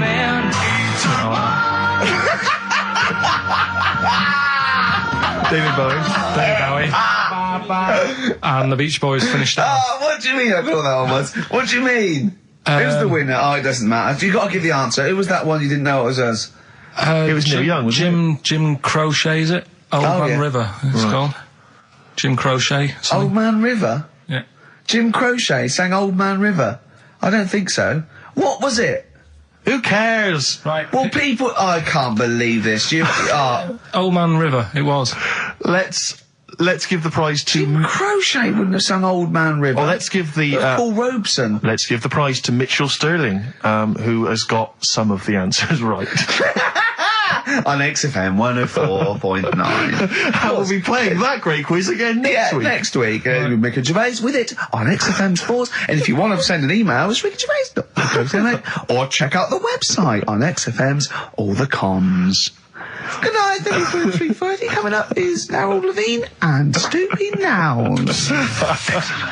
I think I do more than press the buttons. Right, see, this is it, right? Carl has had a little strop on since last night, okay? And He's had a little strop on? Yeah. You said strop on. I just wanted to clarify. And, I don't know why. He says that I'm an annoying person. He says that I wound him up, right? Which I don't know. He says that you're winding up because you're sort of like negative about everything. I'm negative? Yeah. And, but what I think it is because we pointed out that his lateness is unacceptable. Yeah. He said, meet you at 6. He turned up at 20 past. He said, well, someone stopped me in the corridor. I don't care. I've got stuff to do. We had stuff to do. I think we're a bit busier than you, Carl. You've got one job. We've got loads of jobs. I keep telling you that. You've got one job in a little room, a 9 to 5 there, that you don't even get done in 9 to 5. That's why you're late and mucking around all the time. There's loads of work to do. Yeah, one job. No, it's not. It's one job with a lot of other jobs in it. It's like those little Russian dolls you get. Right? Well, it's not, is it? Go. Yeah, it is. Yeah. Everyone thinks, oh, he only sits in his studio messing about, making songs of phrase. That's what I do in my free time. Which we've got coming up later. Super slick. Songs of phrase, we're doing that. You can win some stuff. Yeah, we've got the film that we haven't done for the last 2 weeks. The final film, we won't be doing that. Let him down. There's 2 weeks. So you're 2 weeks late on that. Can I just ask, guys, is there going to be some great music? Yeah. Well, what about something from the Only Ones? Yeah. Planet. Brilliant. Right. Songs of phrase coming soon. Is it? Yeah. What is it this week? What's the phrase? We're remember the story I told you ages ago about my neighbour having a horse in their house. Oh yeah, having a horse. What's happened with that? Lenny Henry doing it as a series. So and people nicking your ideas left, right, and centre. Well, that's the phrase we'll be using anyway. What? My neighbour had a horse in her house. How many words is that? 6. My neighbour had. So there's no grammar either. My neighbour had horse in the house. My neighbour had horse in house. What is the phrase? My neighbour had a horse in her house.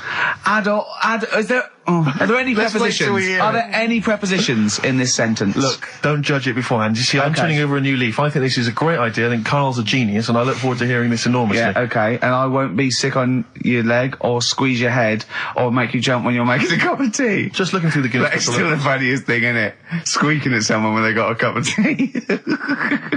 Right. So a good game. Drink 8 pints. Go on. Song's a phrase. Song's a phrase. Nicely done. Right, we'll get this going. How do you feel, Carl? Yeah, all Again, right, all disappointment. right. Disappointment probably to your family and friends. Well, I don't think they'll be that gutted, to be honest. Right, song's a phrase. Well, Carl, why don't we both come up with songs of phrase? Because it's a big tease. People love that. Yeah. It's one of the hot new We've got quizzes. one more thing for you to eat. No, I'm not doing any more of that. Very clear. Play a song? Right, song's a phrase next. Right. That was rubbish, that half hour.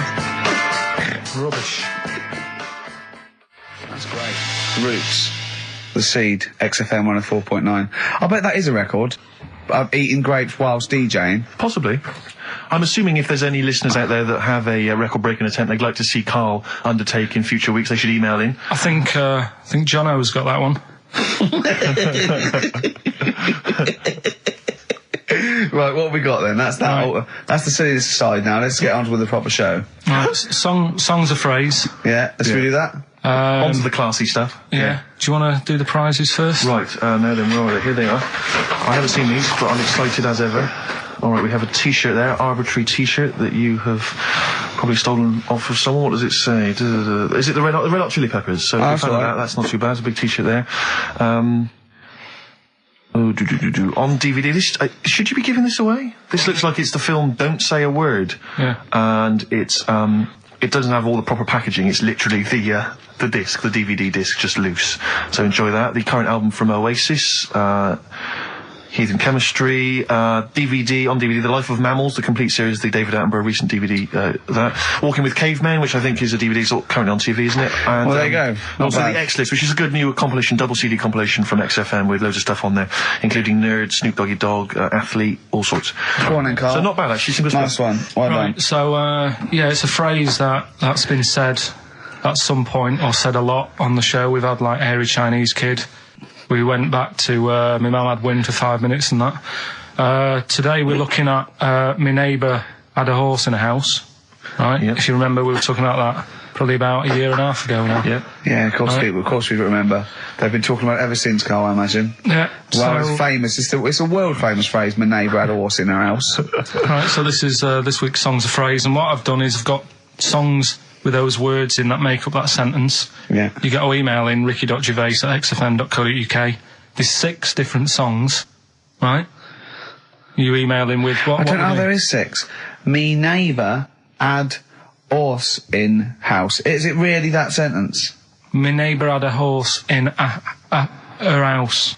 It does work. Honestly, it works. Yeah. Okay. Don't bother explaining it. You Just ready? play it. Right, Yeah. so here's the.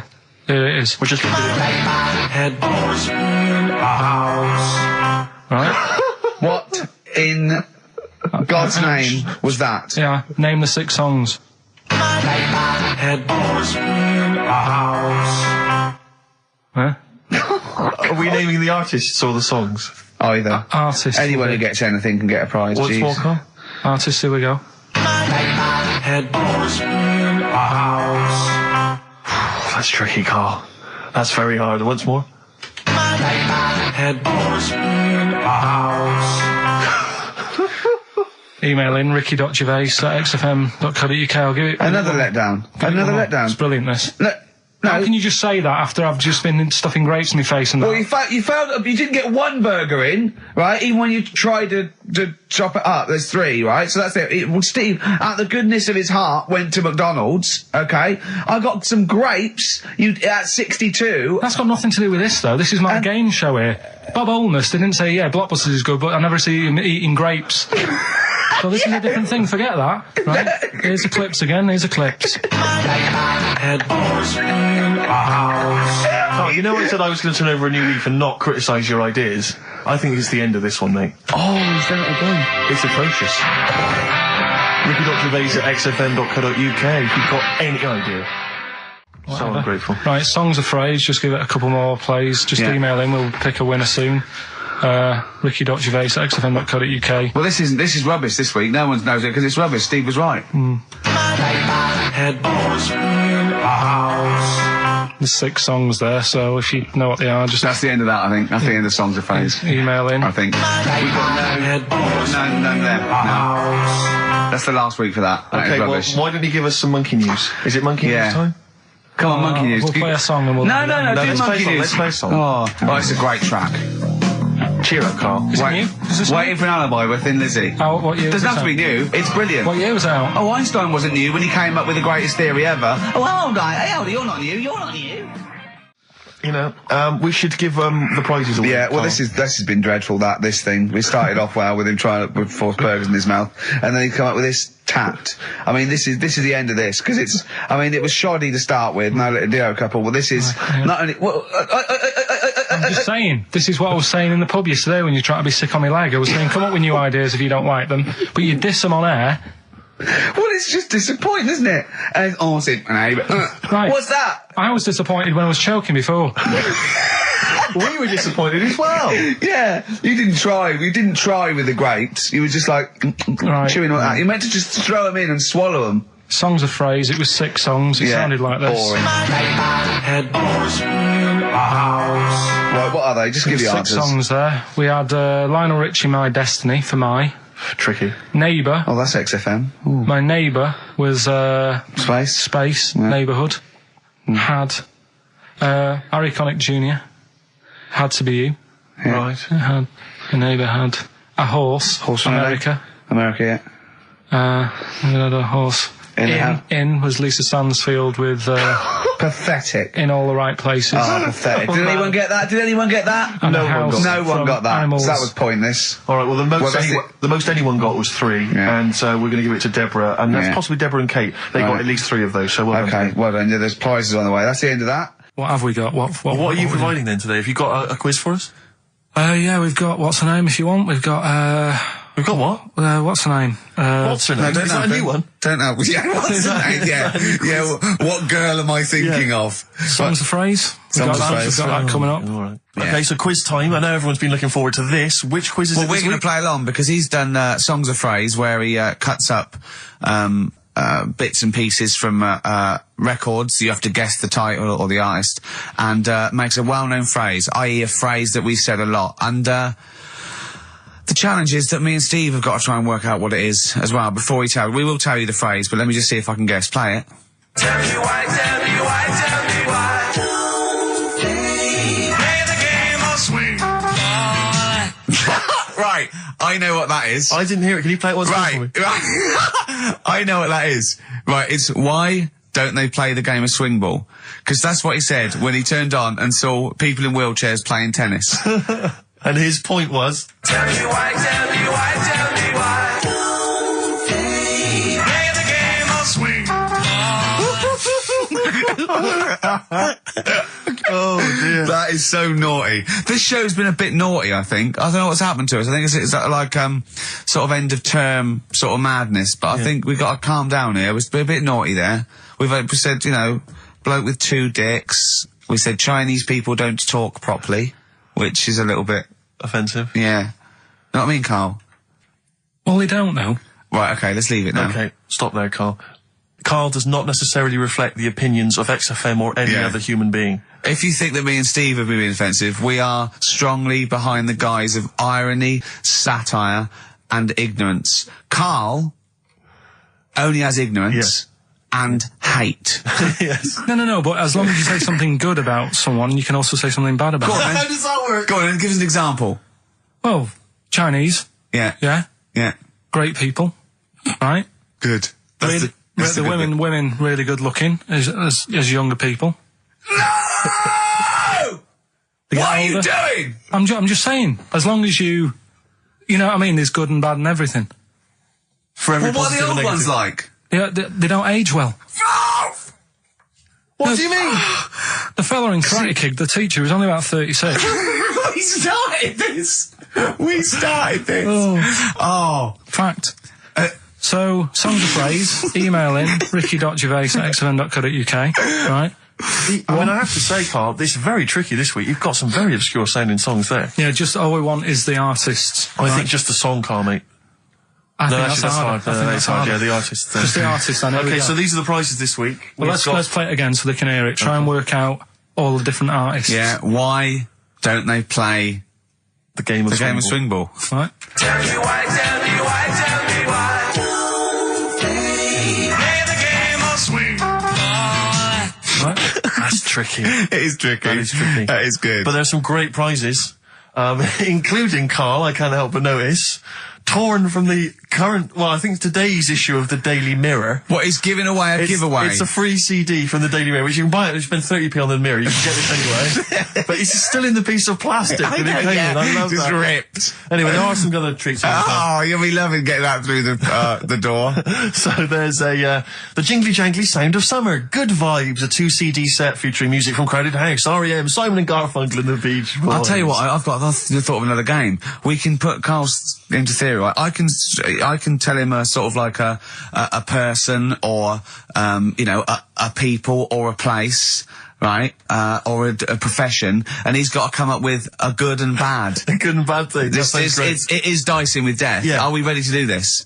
Well, listen, if we're quitting in the next couple of weeks, then who cares? Okay. Good and bad, right? Well, hang on, whoa, let me just tell them, we're on the prizes here. Alright, okay. So now 55. I know there's a lot of XFM listeners who are going to be looking forward to the likes of S Club 8 and the Fast Food Rockers. They're all on there. I can't wait. What is their second single going to be about? The Smashing Pumpkins. This is quite a good little compilation of sort of B-sides and live performances and stuff like that, which is not bad. The best summer holiday album in the world ever. I think we've given that away in the past. All sorts of stuff on there. Plus the director's cut of True Romance on DVD, the Tarantino scripted. Oh, it's a great film. Tony Scott directed movie. Oh. So there's some quite good prizes. Just play it once more. So email in ricky.gervais@xfm.co.uk. Why don't they play the game of swing ball? Just the artist, yeah? That's all we're after. Yeah. Right, Tell me why, tell me why, tell me why. Play the game of swing ball. Very tricky. Brilliant. Very, very That is tricky. brilliant. Alright, bung the song on now. What? Let's put a song on. Bit of Pharrell Williams. Yes. Good and bad. Good and bad. Old people. Pharrell Williams featuring Jay-Z, that's a new single, and then Frontin', that's released on the 4th of August. It's made me sort of feel funky, but in a chilled out way. Yeah, that's perfect. Do some adverts though, just to... That would really help you. Yeah. Darkness. I believe in a thing called love on XFM 104.9. Ricky Gervais, Steve Merchant, Karl Pilkington.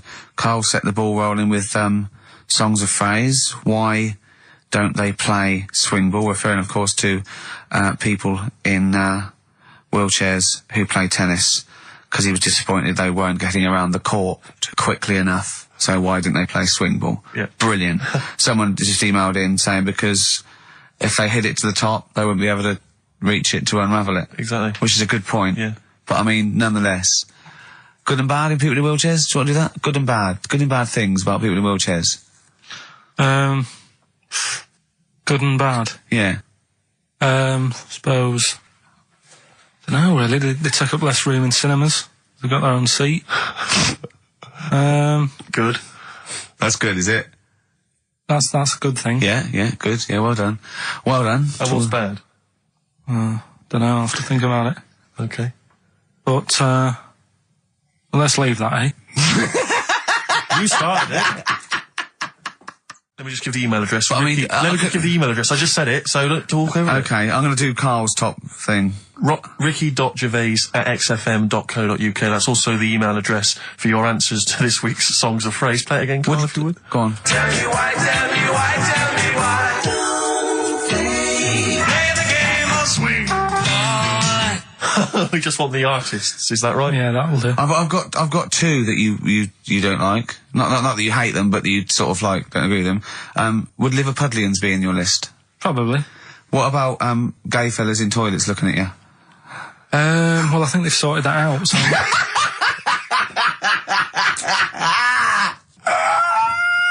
One of the prizes this week in Carl's goodie bag features this song. Play it, Carl. It's the Monkees, Pleasant Valley Sunday. God. So we giving the answers out for what's the name? Oh, later. Play a tune. I'm bored. That's Snoop Dogg. Oh, Yeah. Snoop Doggy Dogg from 1993. And What's My Name? Long time ago. It was indeed. 10 years ago. XFM 104.9, Ricky Gervais, Steve Merchant, Karl Pilkington. Songs of Phrase. We've had very, very few entries. I really think people aren't interested. They really have just given up. I mean, seriously, Karl, That's the one thing you contributed to this show, Carl. And it's the weak link, I think. Missing link. In the chain. The missing link. Oh, do you reckon there is one, Carl? Do you reckon they'll ever find the missing link? Wandering around Manchester. Wait a minute, Carl. The stats then. Let's have the answers, if we can. Right, there was, Let's specials. play it once more. Alright. Tell me why, tell me why, tell me why. Special. Yep. Jermaine Jackson. The game of swing. Right, it was, Play the Game of Love. I think that was Wayne Fontana and the Mindbenders. Right, you think, but you're not sure. Louis Armstrong was the, Don't Mean a Thing If It Ain't Got That Swing. Yeah. And Queen, Don't Stop Me Now, We're Having a Good Time, and that. We're having a ball. We're having a ball. Yeah. Well, I mean, considering you yourself weren't entirely clear, I think it's only fair to give it to Paul Brown, who got some of the answers right. PB, you are getting those prizes. Well, they are on their way They're to you winging their now. way to you. Silence is Easy, Star Sailor on XFM 104.9. Right, it's the quiz of the week. If you want to go out and do some shopping, this is probably a good time, and come back again for about 1:15. But don't forget, what I will say is, even though these clues, we're going to do songs of phrase, by the way, where Carl picks out a phrase that he might have said once, tries to find words from songs to put it together. You've got to guess as many as you can, song or artist, I can't remember. But even though you might look at it and go, that's mental, I don't know any of them, you might win if you get 2 right. I mean, I think the winner last week got about 3 out of 3 Well, or I have 7. to be honest with you, I mean, last week, Rockbusters, surprisingly, was a very, very popular quiz. Yeah. It just happened to be awful. Yeah. This one is pitiful. I mean, it's truly atrocious. Yeah. And it really doesn't even have a fan base. I mean, there's no one championing this one, Carl. Last week, seriously, mate, I got about Carl's face. 7 or 8 replies. Oh God, that's terrible. That was like when you told a kid that you couldn't afford a Christmas present this year. Look at his face. Yeah, it is a bit distraught. Carl, I suppose it's like Chris Evans' face when they said they were cancelling Girls and Boys. It's like, but I can come up with great TV game shows like that. No, you can't, Chris. Not anymore. Oh, his little glasses slid down his nose. I'm the guy who don't forget your toothbrush. Yeah. All that money you owe me. No, you owe us. Oh, believe it. Alright, so, will I just play it to you and Whatever, you Carl. try and work out what the phrase is? Sorry, it's a phrase that might have once been uttered on this show. It was said last week. Oh, right. All right, okay, brilliant. Alright, here we go. I know you're just 16, but looking all of 21.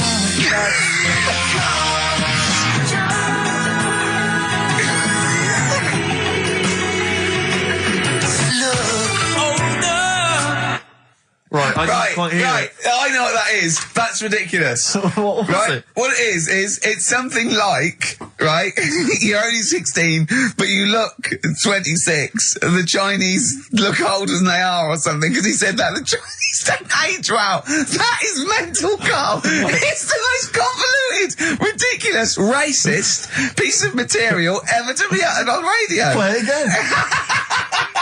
I know you're just 16, but looking all of 21.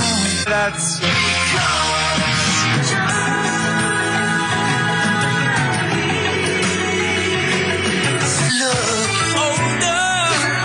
Okay, you're just 16 and looking all 21. That's because the Chinese look older. Carl, you've gone mental. All right. Oh, that is amazing. So, there you go, the well-known phrase, you're 16, looking all of 21, that's because the Chinese look older. Well-known phrase there, sweeping the nation. That'll be up there with "was up," and "shut that door." If they do a poll. Right. Okay, play it once more. We're after the artists. Just the artists. Yeah. I know you're just 16, but looking all of 21. That's...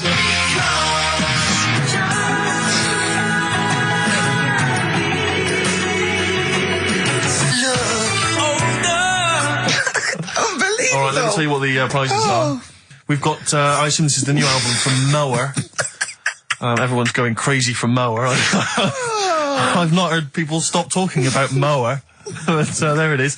We got the new album from the Webb Brothers, which might be quite good. The Polyphonic Spree album, the best dance album in the world ever, which is ideal perhaps if you're having a barbecue and you've got lots of 8-year-old children coming. The Polyphonic Spree, I look at them and I think, well, you know, you're a pretty good band.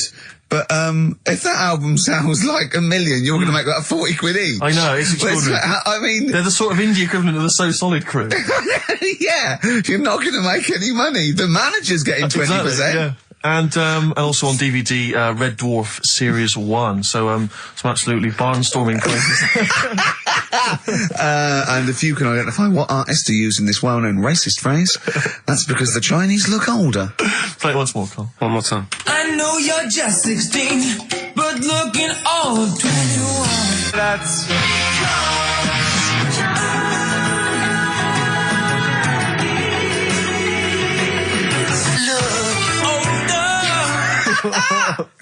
Oh, Ricky.Gervais at xfm.co.uk. Play a record. This is radio. Panic, the Smiths on XFM 104.9. Well, we've done the first half hour, which is mainly genital related. Then we've kicked in with some racism. You have to guess what artist. It seems just a couple of emails just to update you on what's coming in here. Go on. Natasha has emailed us. She says that she's of Chinese origin, and at 27 she often got mistaken for 24. So your notion that Chinese people don't age well is obviously factually incorrect. Yeah, well, we didn't need... Thank you for phoning, but I mean, honestly, trust us, Natasha, we didn't need you to tell us that. We know Carl is talking absolute nonsense. Wait till you get to 30. Oh dear, now this is quite a nice email from Paul. He says, let Carl know that I have a Chinese friend called Oi. Imagine the confusing and amusing situations we get into. We're out and about in busy Soho. Does his surname come here? Lightning wit from Carl. Wait That's nice. till you're 30. Yeah, I know. Brilliant. But no, actually, we've had a surprising response to Songs of Phrase this week, despite the fact everyone has agreed that it's racialist. They've nevertheless had a go. So keep your answers coming in, because we may as well. You're a hit, Carl. You're a hit. What? Have we still got monkey news? Yeah, I don't want to... Oh no, we got to do... Oh, look, play a record, we got to do the results. And then we got to do monkey news. Could we quickly do the results? Well, you say we've got to do the results. There's not people hanging on for them. Let's do it and just knock it out there before... Well, let's play a tune, let's come out and do it. Eddie Hot Rods, yeah, surely.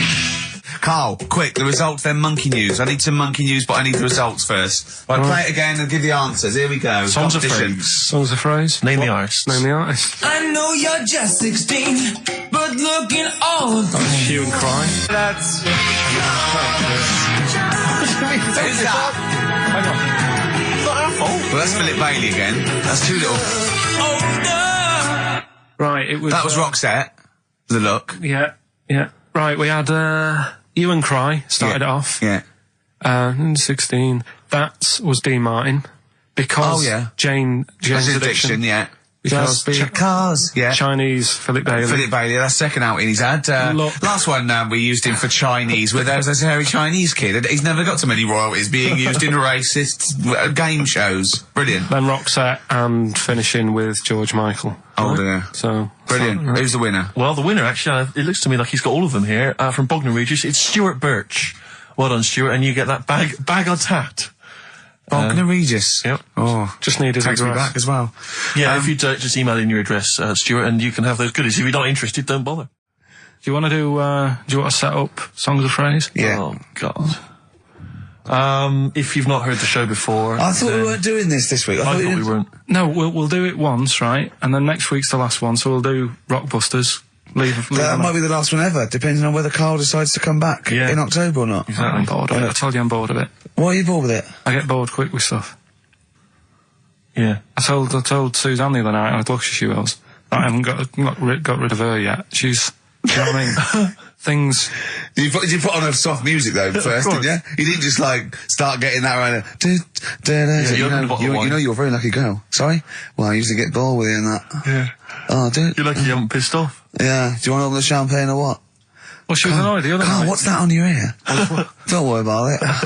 Where'd you get on? We're walking to the pictures, right? To go and see Bruce Almighty. Sure. Why? And, just something to say, innit? Yeah. So you were trying to sneak in the back. So, on the way, cutting across Leicester Square, and those fellas who sell roses, he comes over, do you want one? I said, don't do that, she's allergic to them. Right, so he'd go away. Yeah. She got all annoyed about that. Because she's not allergic to them. Well, she's not allergic now, but they're about £3 each. But the point of that, Carl, is not that she really wants a rose, it's that you're willing to spend £3 on her. Taking her to the pictures. How much was that? That was £8 each. Did you pay for it though? But didn't you ever... If I know you had her dressed up as a small child. yeah. Me and my son, please. Or you made her sit on your shoulders and wear a long coat. Yeah, exactly. Anyway, listen, songs of phrase then.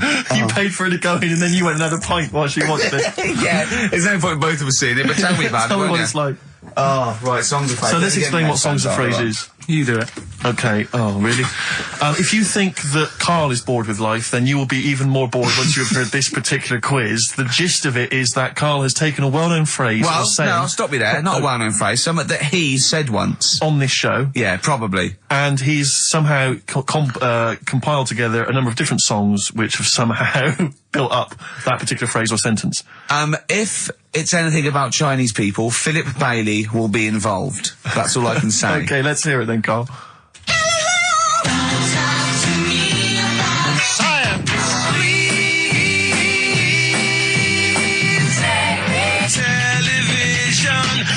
Right. Alright, I don't know what that is. I don't know what that was. This is appalling. I don't know This is what that appalling. is. Carl, I do not know what that is. What is the phrase? I just was saying last week about everyone's raving about Galileo. No, they're not. No, they're not. Raving about Galileo. No, they're not. No, That sounds they're like not. a sort of B-side from Yeah. the Buggles. Everyone's raving about Beyonce and Robbie Williams. Yeah. They're not, people going, Pop what, idol. What are you into? Galileo's good. Yeah. Forget it. No! Placebo, song for Carl there. That's Special Needs on XFM 104.9. I'm Ricky Gervais with me, Steve Merchant, Karl Pilkington. We were doing songs of phrase. Oh yeah, I forgot about that. Yeah. Oh god. So what is this phrase? What is the phrase, Carl? Last week we were talking about Galileo, Right. and I just was saying, years ago, I can't remember now, when was it? When was he doing his thing? End of the 16th century, I think. Right. And he was messing about, trying to find out about speed of light or something, is it? No, he did lots of stuff, Galileo. All I was saying is, Gravity, back then, yeah, surely yeah. everyone was saying, stop messing with that, make us a telly. You know what I mean? There was other things that people would have been happier with, sure, back then. Like they Yeah. didn't So have. the phrase exactly is what? The well-known phrase is what? Galileo, oh, it goes like this, doesn't it?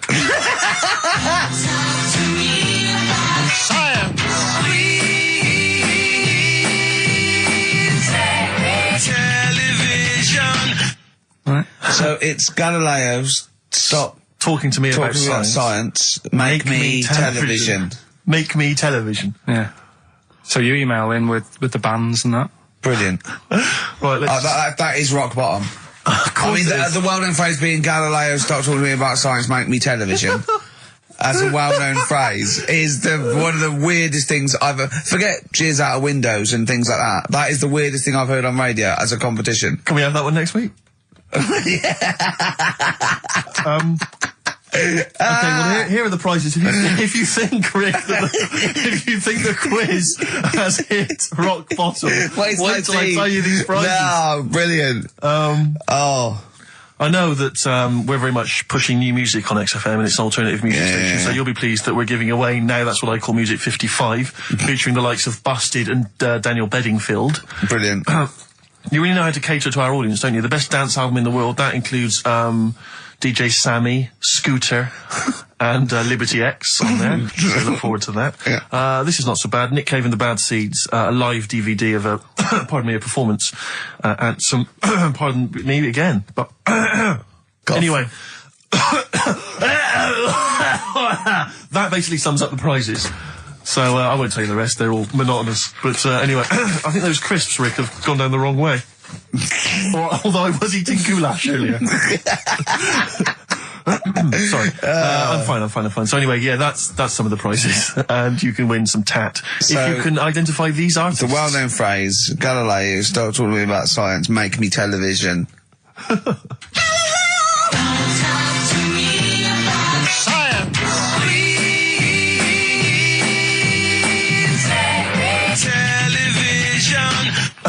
I just email. Appalling. But easy this week, I think. Yeah. Play a record, Carl. I mean, it's ridiculous. Ricky.Gervais at xfm.co.uk. The Pixies. Answers rushing in, we should point out, for the quiz. Most of them agreeing that it's pointless. Some people have called it... It's songs of phrase, of course. Some people are referring to it now as songs of arse. Which is more than appropriate. But you'll be pleased to know that it's ending this week, and next week we've got the return of the even more pitiful Rockbusters. For the last one. That's back for the last one. We perhaps also need your petitions to Karl. If you want us to stay on the air, then you need to petition Karl, giving good reasons why he should stay, why this show isn't boring, or rather why he shouldn't be bored by it. I mean, you're bound to be bored as listeners, but obviously he's running out of steam now. What are you fed up with? You're just fed up with, in general, are you? I mean, you want your Saturdays back, do you? Just want a bit of a life back, that's all. But you don't do anything with your life when you've got it. Why don't you do this instead of, like, your day job? Can't. It's more important than my day job, innit? That's what earns the company money and that. Know what I mean? Well... So... Why don't you do a regular show then? Sack someone who's, you know, quite frankly not putting their weight. I've done that. I did that years ago. What do you mean? Done it. Told you, I've done a lot of stuff. Boxing, done. Tick. Dancing, done. No, you turned up, the place was shut. Yeah, but... Dancing? When did you do dancing? That's when he went and said, I want to do dancing, and he went along to the place, and it was shut, and that was it. And he said, I didn't do it anymore. That's not doing it, is it? Boxing, he had a fight with one lad, then the lad beat him up, and he didn't go again. Oh dear, it's pathetic. Well, anyway, yeah, so this is basically our penultimate show. Next week's the final, and we're all looking forward to that enormously. Yeah. But that may be it forever then, and this, you know, all for one, one for all for one. The Three Musketeers, gone forever. Yeah. I, for one, will be pleased. Oh, I have to get some of these taped, because I like coming in and sort of, you know... Incidentally, Rick, don't be afraid to nick as many CDs as you see fit on that last show. People have already nicked them. No, I know, but just take whatever you want. If that 4 Non-Blondes is still there, isn't it? I think it's still there. Because I don't want that to be nicked. Yeah. And I got a feeling, because I don't think there's any Smiths in the library, but there's quite a lot of Gina G. Really? What? What was that sigh for? Nothing. What? Ooh. Play a record. Monkey News is on the way, plus the results. This isn't radio. You've got to keep talking or playing music. Play some music? Yeah. I was going to say the winner. I don't think anyone cares. Oh, come on. Someone got all of them, didn't they? Well, okay, play it again then. This was Songs of Phrase. You did this. The well-known phrase is Galileo, stop talking about science, make me television.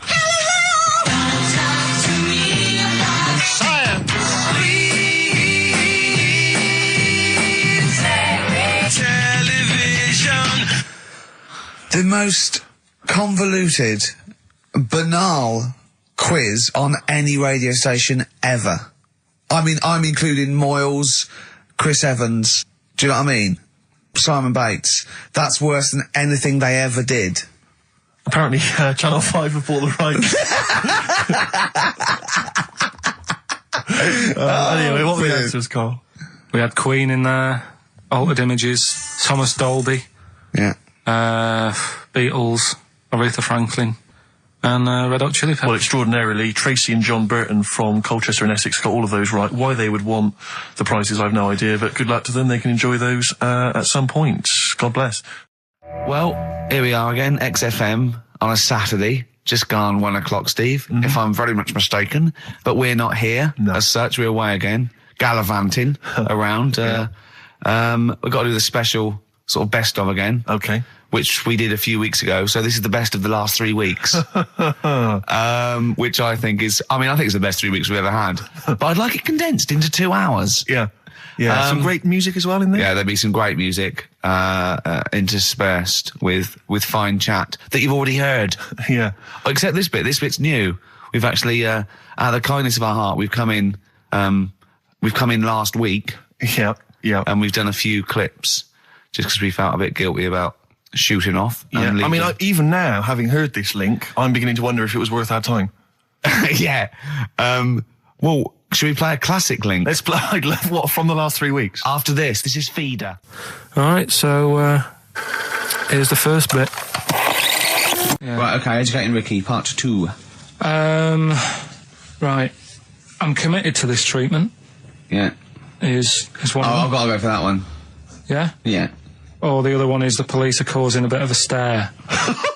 He still says it like it's the best thing he's ever come up with, which in a way is. It could be. Right, go on then. I'm committed to this treatment. Right. Do you know the saying... Is it just sayings now? Are they all sayings? This No, they're not. Okay. No, the other one isn't. Frog in your throat? The saying, there's a frog in your throat? Yeah. I assume it's when you croak a little bit. You sound like a frog. No. Right. Might seem a bit weird, this one, right? But years ago... Oh, yeah. Sorry, well, what is that clue? Committed to this treatment? It's about frogs Kermitted.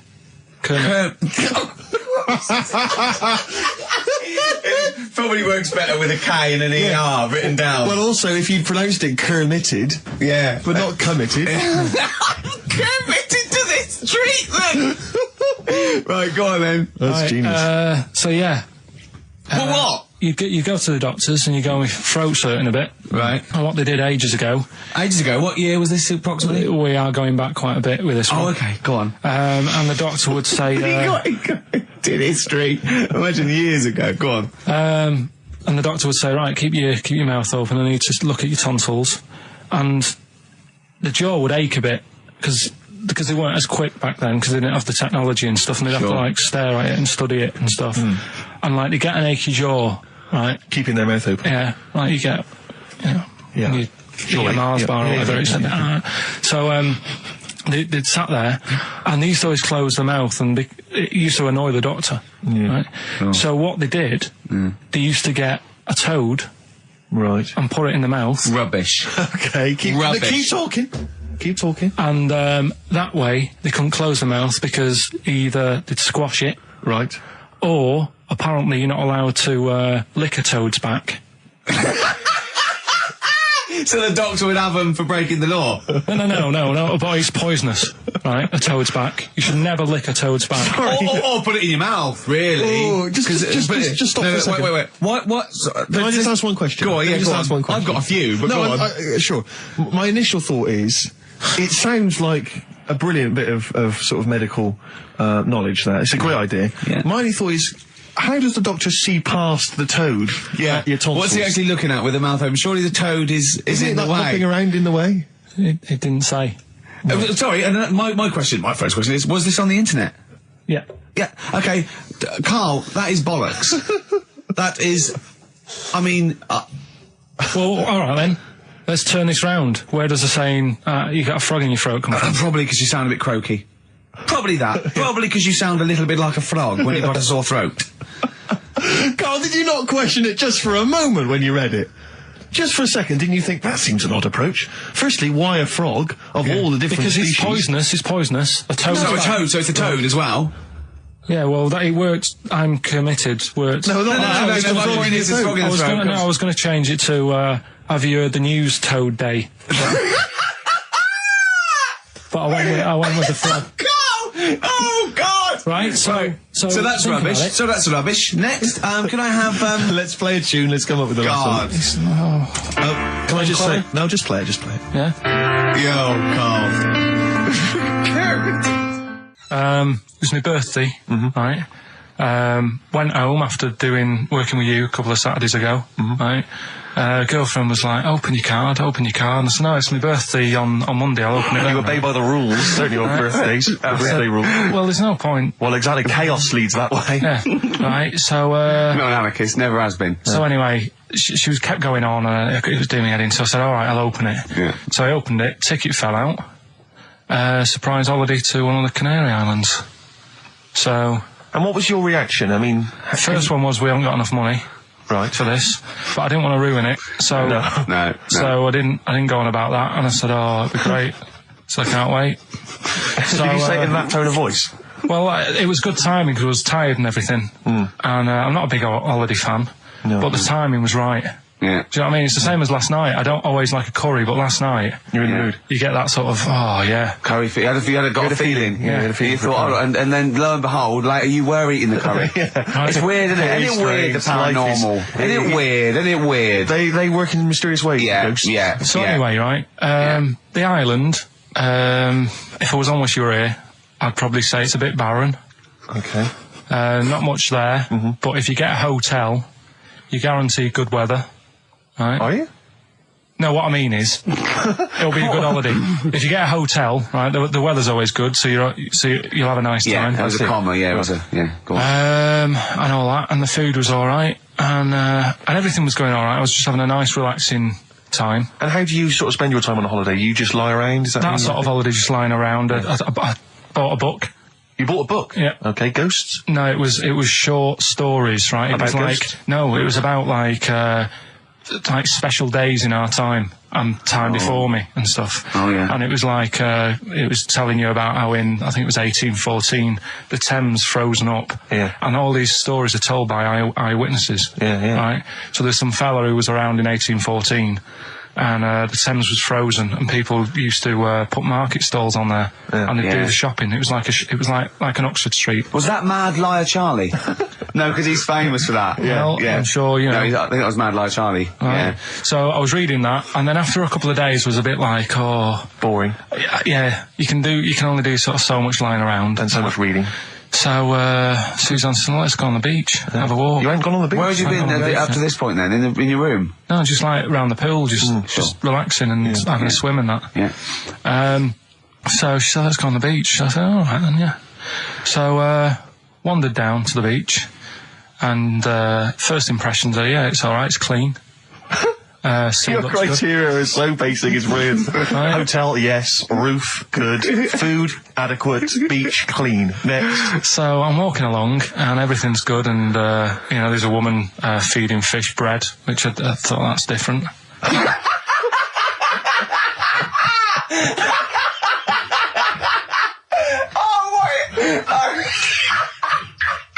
I love that. He likes originality. He loves a bit of originality. He was feeding fish bread? This woman was there, like, up to her knees in water. Yeah. And she was stood there. Was that a sea? Chucking, Oh, right, good. chucking this bread, and I thought, what's she doing? And I stood there and watched for a minute, and there was little fish coming up, having the bread. I thought, So we carried on walking, and everything's going well, and then this fella comes towards me. Everything's going well. Yeah, that's I haven't fallen over. Clean feeding bread. 2 points for originality. Fella comes walking towards me. Oi, oi. He's only got no pants on. Oh. So I said, Suzanne, what's going on? Why did he turn to her? Like she knows more than him. So she said, oh, yeah, it's, she said, yeah, it's a nudity. Is this going to be a long story? Could you pour that coffee? Can you give me that coffee over? Sorry, this is really bad. Yeah, because he's poured... Thank you. Just amuse yourselves while we sort the coffee. Thank you very much. Dave, do you want I'll have a cup of coffee, Carl. Thanks, yeah, cheers. Cold. Right, good. Okay. So... Great. Thank you. So she said, yeah, it's a nudist beach. So I said, well, why, what? I said, we're all it's all mixed up. Normally on a nudist beach, it's a nudist beach and you don't go wandering on there when you get your clothes on and that. So it annoyed me a bit, because there wasn't any signs. So this fella's getting closer. Well, the knob out was a sign. Yeah. Right, so he's getting closer. And he walked past me. It was an old fella. And he walked past and he had a hat on and a little pipe. And a big rucksack on his back. Right, so he got me thinking... Not strictly naked. I'm walking along and I'm thinking... Right, why do people want to do this? So straight away, I wasn't on holiday anymore, because most of the time when I'm on holiday, I don't think about anything. Right? Your mind's a blank. I just switch off. Right? But all of a sudden, this has got in my head now, and I turn around to look at him, and... Check out his arse. And this bag, right, I swear, it was massive, right? What? You had a massive bag? The bag. His rucksack? His rucksack. Oh, right, okay. When he said there was an old couple coming towards me, I said, what was lower, the bloke's bollocks or the woman's tits? And he said, well, that was another point, she might as well have worn knickers. Because she was so naked. That's what he said to me. So you saw the bag? So it annoyed me, yeah, because the whole idea in it, this is what I think, I mean, I might be wrong, right? Might be wrong. Chances you never have been. You never have been before. Being nudist, right? What's it all about? So I'll tell you, on that point, Carl, let's play a tune, let's come back and we'll discuss... What are we going to play? We'll discuss that very issue. We've got some ideas, we did chat about this last week, Carl, in your absence. Alright, well, we'll play the Coral. Okay. It's a good one, this. Yeah. Coral, dreaming of you. on XFM 104.9. I'm Ricky Gervais, with me Steve Merchant and Karl Pilkington. If you just joined us, Karl is walking down the beach, and a man has just passed him with his knob out. Yeah, his testicles out and his huge bag, apparently. Right. Now, we'll sum this up, you know, quick, because we did talk about it last week. You know, you did call me and tell me some of these things, and we sort of mentioned it last week, but you just want to say just give us your thoughts on nudity. Well, what I don't understand is, right, nudity, I thought it was all about, you know, sort of being free. Yeah. Natural, letting the breeze, you know, blow around you and that. That's all I can think is of like the bonus of doing it. But you can get that by just having a pair of shorts on, right? Because I'm not one for getting my kit off. It's just something a bit weird about it, isn't it? Normally, if I go for a walk on the beach, I'll put a shirt on. Sure. But leave it unbuttoned. Yeah. Oh, right, yeah, tease the ladies, sure. Do you know what I mean? Yeah. But it just feels a bit weird. So it's best to cover your back anyway, because the sun... Yeah. and all good that. advice, yeah. But when I saw him, and I thought, well, right, is he doing it to sort of be free and be comfy and all that? And then I thought, but he's carrying a big bag, right? I've got a pair of shorts on, and I'm not looking at him thinking, I bet he's really comfy. Do you know what I mean? I wasn't going, I can't wait to get home and get my shorts off. They're really annoying me, these. So... and that's just it. I don't get what it's all about. Yeah. Sure. Yeah. Sure. Well, okay. Well, my advice to you is don't go to nudist beaches again. Well, I didn't go again. That was Jane's Addiction. This is the Best Of Show on XFM 104.9. I'm Ricky Gervais, with me Stephen Merchant. Yes. This was a clip show. We recorded this a couple of weeks ago. I hope you had a Merry Christmas. It's not over yet, because tonight at 9:50 is the second part of The Office Christmas specials. It's brilliant. Watch it, and we'll be back next week live. I'm Ricky Gervais, with me Stephen Merchant. Bye. Have a great new year. Can I just tell you a story that Karl told me a couple of weeks ago? Is this another ghost story? Another spooky story? Yeah. I called him out. I was, what are you doing? He said, I've just been reading ghost stories again. He said, you don't believe in them, but how do you explain this? Right, I went, go on. He said, I'll tell you as he told me it. He went, bloke, right, just sitting at home, doing, you know, watching telly with his cat. And, the phone rings, and it's a bloke going, is that fire, in your oven okay now? 'Cause your wife called. And Karl went, well, 1, there was no fire in the oven. 2, he wasn't married. I went, right. Go on. He went, well, then, right, there was a knock at the door, and there was 2 sort of people in sort of white coats, and they came and said, we've come about that fire. Your wife called us. He went, 1, there isn't a fire in my oven, and 2, I'm not even married. Right? And he said, and they saw the cat, and they looked at the cat. It looks a bit weird at the cat came out, nothing. And he said, and then he went back, sat down, phone rings, and they said, did they sort out the fire in the oven that your wife told us about? He went, 1, there is no fire in my oven. 2, I haven't got a wife. And Karl went, what do you think of that? I went, that's not it. He went, yeah. I went, that's the end of the story. What? He went, well, how'd you explain that? I went, explain what? I thought he was going to say, a year later we got married, but she died in an oven fire. Right? I thought it was going to be that. And I went, that's what? People winding him up. Yeah, or someone did report a fire in the oven, and their name was Johnson, and they looked up Johnson, they got the wrong thing, it was the gas board, and they sent it round to the wrong person, right?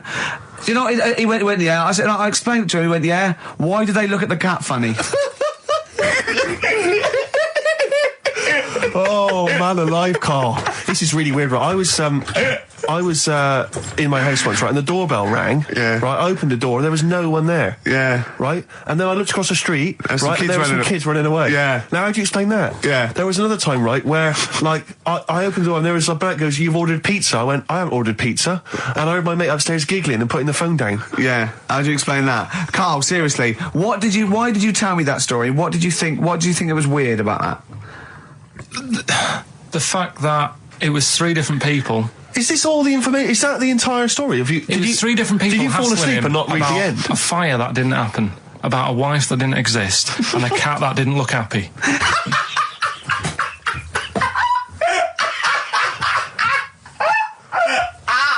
Oh, I'm gonna have a heart attack, Karl. What? I mean, why did they look at the cat funny? Because cats don't like spirits, do they? What? The other blokes were ghosts?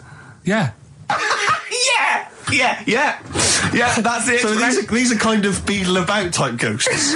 These are ghosts who walk the earth as the undead, just winding people up slightly. That's lovely. That is lovely. Seriously, and a cat that did not look happy. But seriously, why would ghosts wander around just like winding people up? Maybe something did happen there years ago. Some fire. Some woman might have died in a house of a fire or something. Yeah. And it's sort of all happened again. Yeah, it's certainly a mystery. If you don't It's a mystery. I mean, I can't. What's this book you were reading? You were reading a book, which is interesting enough. It was the Fortean Times. Oh, Carl. Yeah. Well, I don't know what to say. But we're talking about MTV, right? And I was feeling a bit nervous, wasn't I? About like, you know, the way I look. Right. And what have you. And then I watched a bit of Celebrity Big Brother and all the fuss that Mark Owen's getting, and he's not that good looking, is he? He's very. I want to be Mark Owen's mate. If anyone who knows Mark Owen or Mark Owen's listening, I want to be his mate. I think he's brilliant. I think he's a nice lad. But what I'm saying is, right, all the girls go mad over him. Yeah. And he's not that good looking, is he? Well, no, he's got to. He is in a certain way, isn't he? That sort of non-threatening. But he's not stunning, is he? Do you know what I mean? No. Well, what's your definition of a stunning? Yeah. Well, who do you like? Someone who you look at and you go, God, they're good Which looking. bloke do you fancy? What bloke do you think's attractive then? So if I was into men, Yeah. in fact, you can still say a bloke's a good looker without fancying him. Who do you think is attractive? Probably. I mean, it depends what you're looking for. No, just look. Just look. You think There's different looks as well. Of course, isn't yeah. there? Who did you say was attractive? Who did you say was like stunning in your definition? A good-looking lad. Yeah. Good-looking lad. Oh, look at him over there. He's.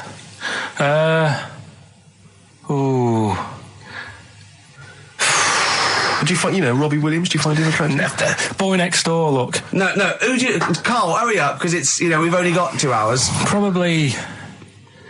Do you know? I can't think of one offhand. Mark Owen is pretty good looking then, really. There's not. Just name one bloke that you think's an attractive guy. There must be one bloke that you've either met or that you've seen in a pub Who do you think on a is poster. attractive? Tell you what. Go on. Tell you what. Works here. Young Alex Zane. Alex! Well, we know Alex, maybe we can fix you up. Oh, I love you, Alex. You've got so I just like the way, the things that interest me, I remember. Things like snakes not having ears and stuff. Yes. I didn't have to read about that. No, you just learned that, yes. You saw it on the telly, didn't you? You saw it on that Ian Wright programme. Yeah. Yeah. And this is what Carl said to me. He said, it's actually, I called Carl up in the week, and Reese was with him. Reese used to be on XFM, and he took the phone, and he went, Carl's worried, I've seen that programme. He said, snakes don't have ears, right? He said, so you can creep up on them and pick them up. And he said, Carl's worried. He said, how'd you ever put them down again? Because then they know that you're there. I woke up the other night quite late. Worried about that. And I said to my girlfriend, I said, how do you put a snake down? And she said, what are you talking about? I said, that Ian Wright thing, this guy managed to pick up a snake. And do you know that thing where they clamp its head on a jar to get the poison out? I do now. Right? They did that, but they didn't show you how they got rid of it. And I thought, it could really get nasty, because it's obviously annoyed that you've had its head pressed in the jar. Yeah. Right? They hate that. Now... Especially as it's in front of their mates. When you lift it off, Yeah. right, you've got hold of it. Yeah. If you go to chuck it down, it's going to turn on you. It's going to go wild, isn't it? So, I just wondered. Well, what you do is you never put it down, Carl. Yeah, that's why that bloke has got about 11 or 12 just carrying him. Exactly. Yeah, you never put it down. You sling it. Who cares? You just throw it, don't you, really far. That's not that. I don't think you should throw. But Carl, listen, don't worry. We're not asking you to get involved with snakes. Like I said to you, though, the reason I did this was to get that kitchen, right? Now, Brilliant. As we speak now, right, Builder's in the flat. He's been annoying me. Of course he has. Of course he has. What's he been doing? When he turned up on Monday, right? Yeah. Wanders in, and the first thing he says to me is, said, the pub across the road, is it any good? I said, well, it doesn't matter, does it? You're working on the kitchen. Think of saying that to a builder. Probably making conversation. Probably meant, do they do a toasted sandwich? Because I've got a half-hour lunch break. Not an hour, like Karl Pilkington. So I'll probably go and get a nice, you know, cheese and tomato sandwich. Is that genuinely what you said to me? Yeah. The first thing you said to me? Suzanne had a go at me saying, why have you said that? He hasn't even started on it yet. I cannot believe that. You're unbelievable, Karl. And you say it's us that are rude, crass, I wasn't being thoughtless. rude. I just was letting him know. Do you know what I mean? I know what He they're up knows to. what he was there for. He had it down on his little docket. Do the kitchen this week. Yeah, he didn't come there and go, what did I come out for? Was it to go to the pub for a week? Why am I wearing these overalls? Yeah. Who's the little bald mank twat insulting me? Let me just check. Let me call the head office. I wasn't having a go, though. I mean, they should have finished it yesterday, and they're there now, Yeah. on their own. And what annoyed me is they turned up late today. Hold on, Karl. I've just realised something. They're probably listening to the radio. This, I assume, tuned to XFM, isn't it, in your kitchen? Yeah, but they don't know it's me, do they? Do you know what I mean? No. They'd go, he's got a whiny mank voice as well. So's the bloke who owns this place. And the bloke who owns this place, when I said, what's that pub like across the road, said, well, you won't be bothering that. He's working on this. No, he won't be able to put two and two together, will he? You've suddenly, the penny's dropped, doesn't it? You've suddenly realised. Look at his face! Yeah. He's suddenly realised they might know it's him. And they could be listening, and they're going to clean you out, mate. Oh, if you are the builder working in, where is it?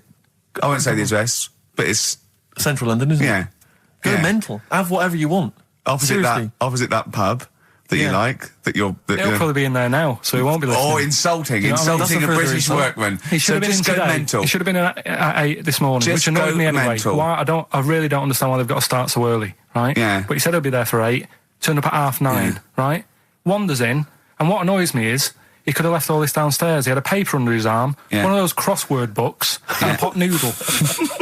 Now, I'm not being funny, but most of them take quite a bit of time. A crossword book, he's not happy with just the one that's in the paper. If you're listening, if you are the builder that's listening now, doing Karl's flat, what about pissing in the laundry basket? All right, this is Karl, the producer of Ricky Gervais and Stephen Merchant on XFM 104.9. We're playing out some of the best bits. Hope you're enjoying it. Here's another one. So let's take us back a few steps, Karl. What's the story? Right, so I did some research. Right. Let's just recap again. There was a guy you read about who had his head chopped off. He was guillotined. Yeah. He had said to the people around him, Count I am blinks. going to blink once I've had my head cut off to So show the brain that life, can still... or the brain Yeah. can continue to work after Yeah. death. Okay, so yeah, we queried that. So you weren't having any of it? Well, no, possibly for a few seconds till the oxygen stops being fed to the cells because the blood has drained away. But, you know, nothing spectacular. So Right, go on. well, along the similar sort of lines, right? This is quite a few years ago.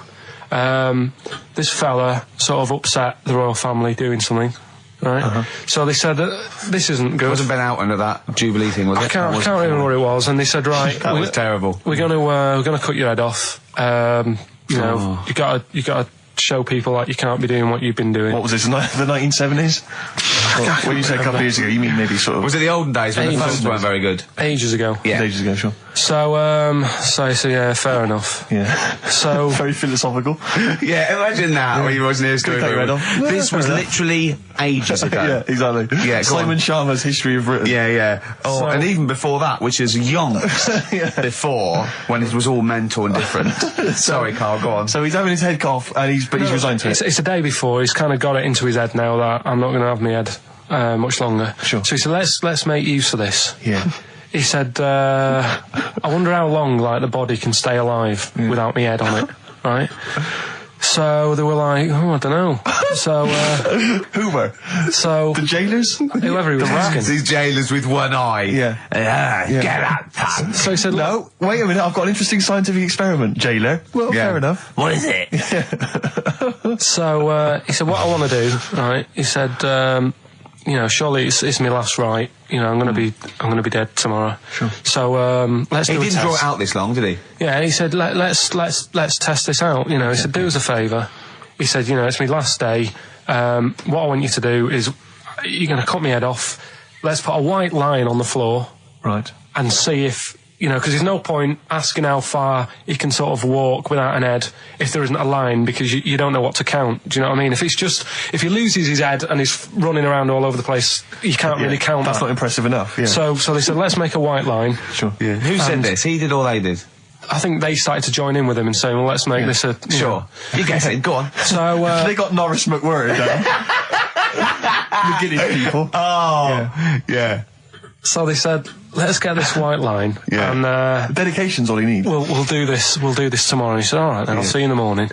So we go- I'll see you in the morning. Night, sleep tight. Bye. I love the fact that Carl knows exactly what was said. Oh, that's beautiful. Yeah, he doesn't know the story or what order it is in or when but it he was. knows exactly what or was who said. said what, but he knows the introduction. All right then, see you in the morning. Bye. Oh, kissy. Oh, I'm not like that. Oh, you joker. Don't let the bed bugs bite. Yeah. Anyway, So he gets up. do you want a paper tomorrow? No, I'm all right. Go on. He gets up and they say, right, today's the day and that. And he said, well, I've got used to the idea. So here's a white line for you. You see the idea. Go on. So they go, right, you ready then?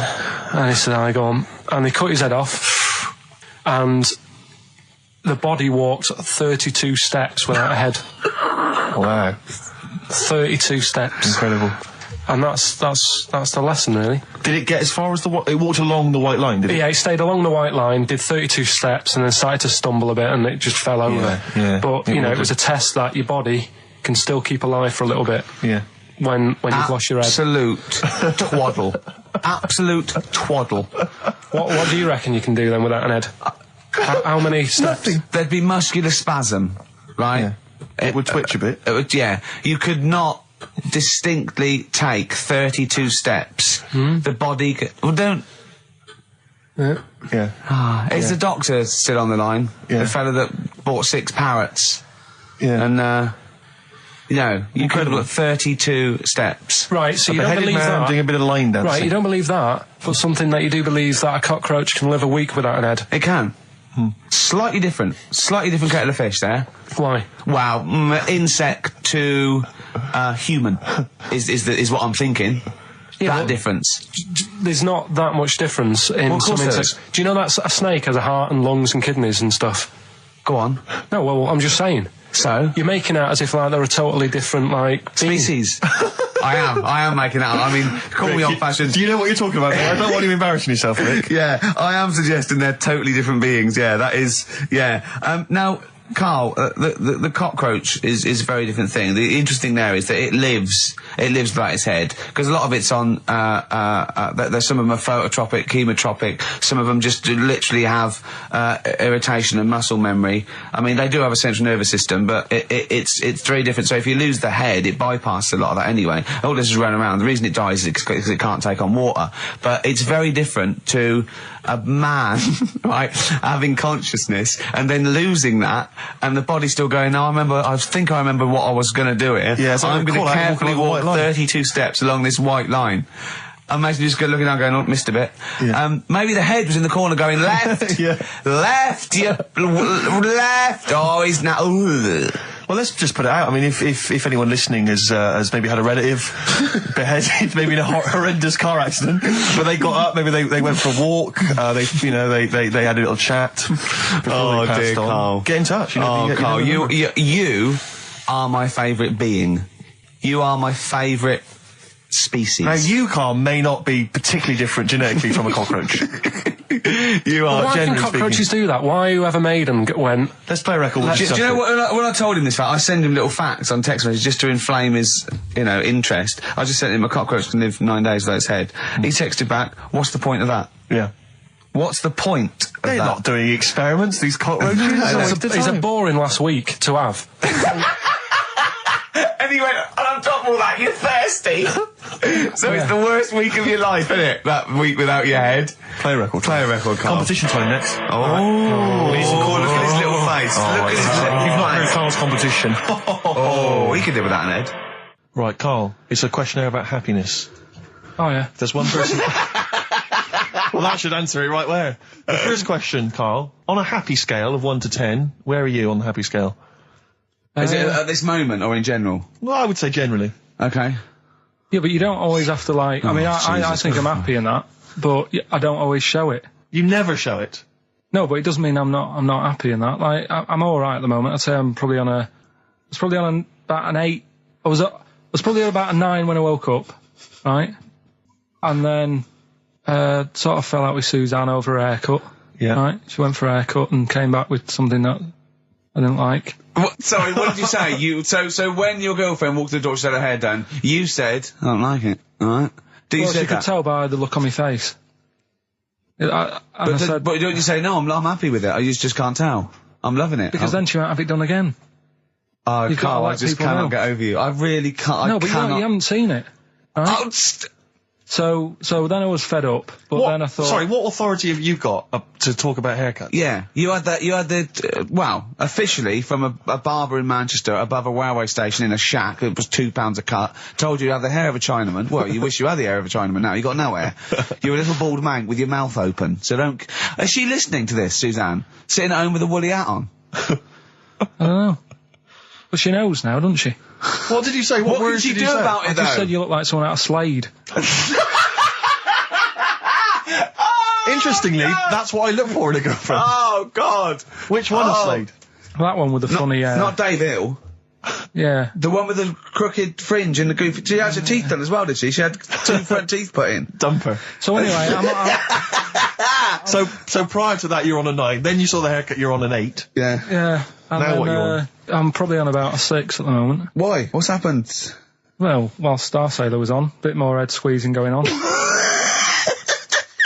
So, yeah, about a 5 or 6. So generally speaking, what would you say you are? About on 4. You're on a 4 Alright. What would you give someone who wasn't very happy?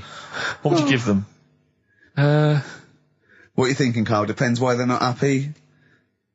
They're low, okay, so what would you give them? I mean, yeah, depends, innit? If it's someone who's just lost their arms and legs in an accident, you don't give them a lollipop. Sure, or some mittens. Yeah. You give them a hat. Yeah. Yeah. And dare I say it, a smile. A skateboard. Yeah. Yeah. I don't know. You don't know. You got to answer the question. Alright, so hang on, let's assume that you've upset your girlfriend because you slagged off her haircut. What are you right? doing now feel to go and guilty. make her happy? How are you going to cheer her up? And not buy her a baseball cap. I don't know yet. I haven't thought about it because I've got this to sort out, haven't I? So when I get home, get her some gel or something. Oh, God! Oh, Christ. Oh, that's a wonderful, wonderful clip, and a great record that preceded or followed it, I'm not sure. But, could I make some dedications? Yeah. Because I, last week, just before we had to come in to record this, popped out trying to get onto the tube, and I had a nightmare because there were millions of protesters, so-called protesters. Now, a lot of them obviously doing good work. There was one fella, I think you'd have appreciated it, because I know you are very politically active, and I think this guy has really studied hard, and he's realised the best way to make his voice heard on the international political stage is to ride around on a tricycle wearing a jester's hat. He was really shaking up the bloody government. I wouldn't want to be George W. Bush about now. Not indeed. Once he sees that. Once he sees that guy. Imagine his aides rushing in and going, George W., look at this guy. Where's that? That's in London, England. Okay, call off the forces. Is that a large tricycle? Yeah. Is he wearing a nappy? Get me Colin Powell. Why'd you call him Colin, not Colin? It's the way he likes it. Don't about. Just call off the troops. There's a in the jester's hat. Call the troops off. Just bleep some of those bits. Well, we're running out of time. We've got to get on with the show. It's near the end. I hope you've enjoyed it. I hope the scientists stuck in a big, hut in the middle of nowhere in pitch darkness, 10 of them. I imagine they've been fascinated, Rick, by the finger up the arse discussion. We had Chinese don't age well, gingers, all that. The big fat kid. Well, actually, they're probably secure in the knowledge that if they want to kill some time and it's dark, there's nothing better than stick your finger up someone else's ass. Exactly. So enjoy that. But they've been hanging on for Rockbusters clues, I imagine. Here's the answer. So give us the clue again quickly. All right, so the first one was the fella let his wife know how he got the bruise on his legs. Go on. Right, that was Courtney Love. Yeah, Courtney Love. So that's Courtney Love. So that's the first one. CL. So that one's fine. The second one. That Potter lad. What am I doing? Letting that one Just go? let it go, just let it go. Am I just letting that go? Annoyingly, we haven't got time to take issue with it, Rick. Okay. That Potter lad, he's got a lot of bottle, hasn't he, doing all that stuff with the wizards and that. Go on. That's Brave Harry, the Bravery, current sort of XFM band, the Bravery, Brave Harry, that works as well. No, it doesn't. And the last one. No, it doesn't. No, it doesn't work. The Buddhists. It doesn't work. Won't be able to get in their temple without Doesn't these. work. Brave Harry. It doesn't work. Brave Harry. The Brave Harry. Buddhists won't be able to get in their temple without these. TM. That's the monk keys, right?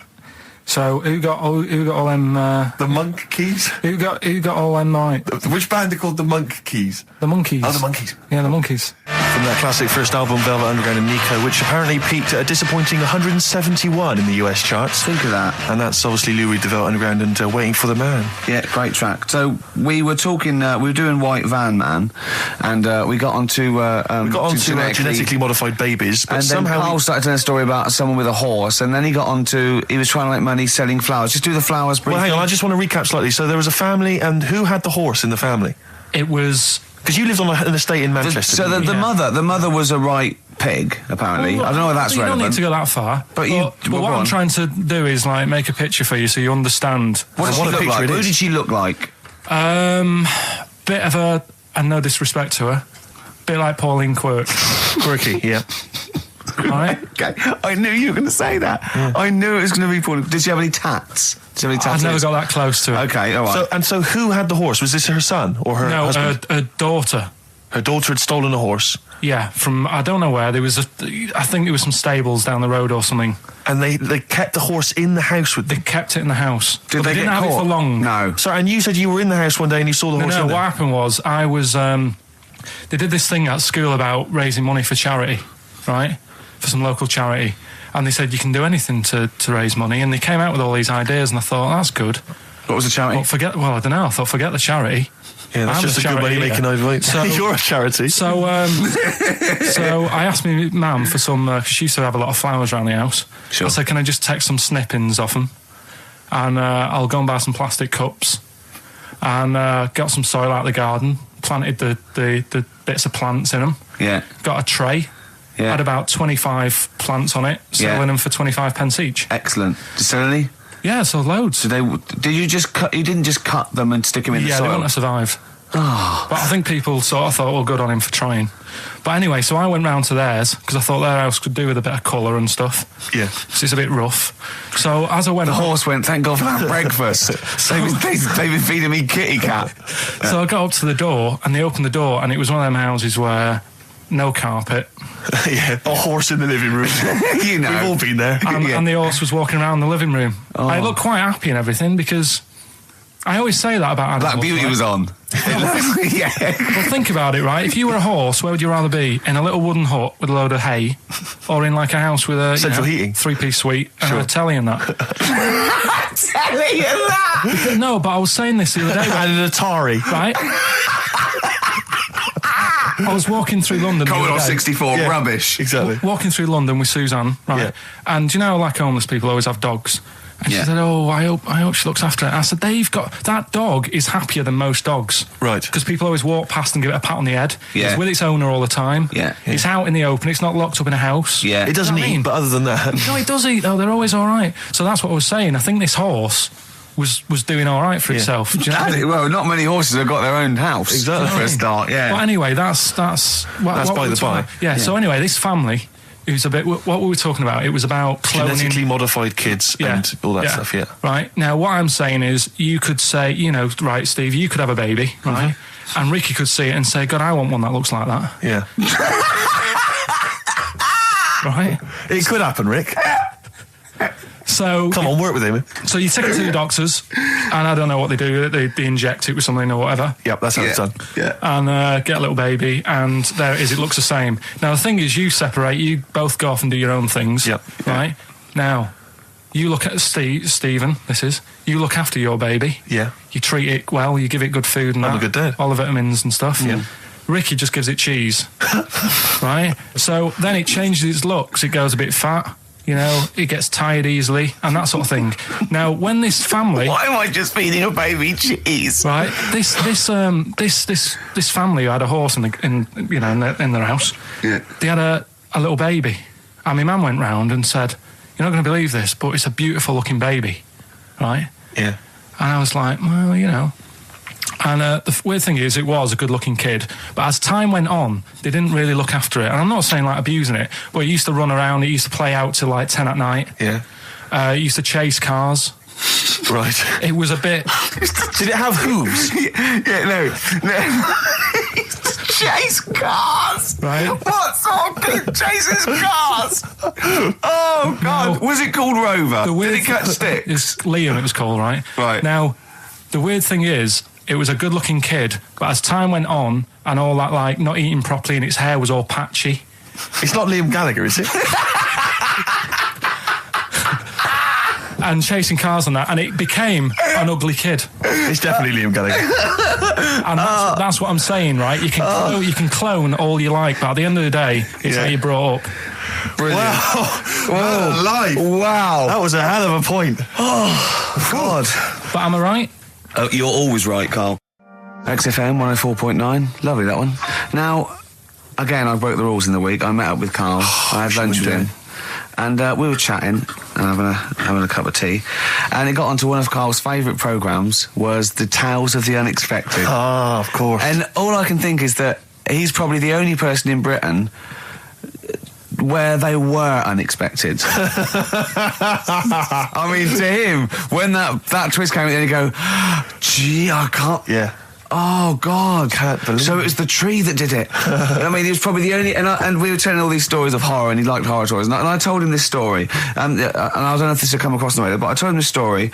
It was a short. It was a horror short. This was a film you saw, was it? Yeah. And what it was, it started off, just there'd been a car crash. You see, it's a horrendous wreck. And you saw it from the point of view of the person in the car. And he was calling for his mate, and he was going, Dave... And he sort of looked over and saw a body without a head that had been thrown at. He goes, oh no, Dave. And then into the field of view came Dave, his mate, and looked at him with a look of horror, and then it sort of went black, and you realised that he was just a head, and it had been his body. Oh, wow. Right? Yeah. And I said, then it came up at the end, at the executions in the French Revolution, people experience consciousness for, and he went, oh, no, he said, it wouldn't be for that long. And then he went, if it was a chicken, it would work. Imagine remaking that film, but it's two chickens in horrendous car crash. Their own fault for driving. It would work. No, he wasn't having that. Yeah. No, it was too long. I think he said, how long was this film? I went, 5 minutes. He went, no. It would work if it was a chicken. I like the way that Carly was something like, when you relate an incident like that, he's appalled and offended and annoyed by the people that made it, even though he's never seen it. Oh, he's annoyed, yeah. Do you have a favourite Tales of the Unexpected, one that you remember particularly that shook you up? Yeah, we were talking about the one on where there's some woman in prison. Have you seen that one? I can't remember them all. Right. This woman's in prison. Yeah. And she gets a bit friendly with the guy who takes the dead bodies out. Right. And he said, I can get you out of here. He said, what you've got to do, right? You've got to, I don't know, at midnight...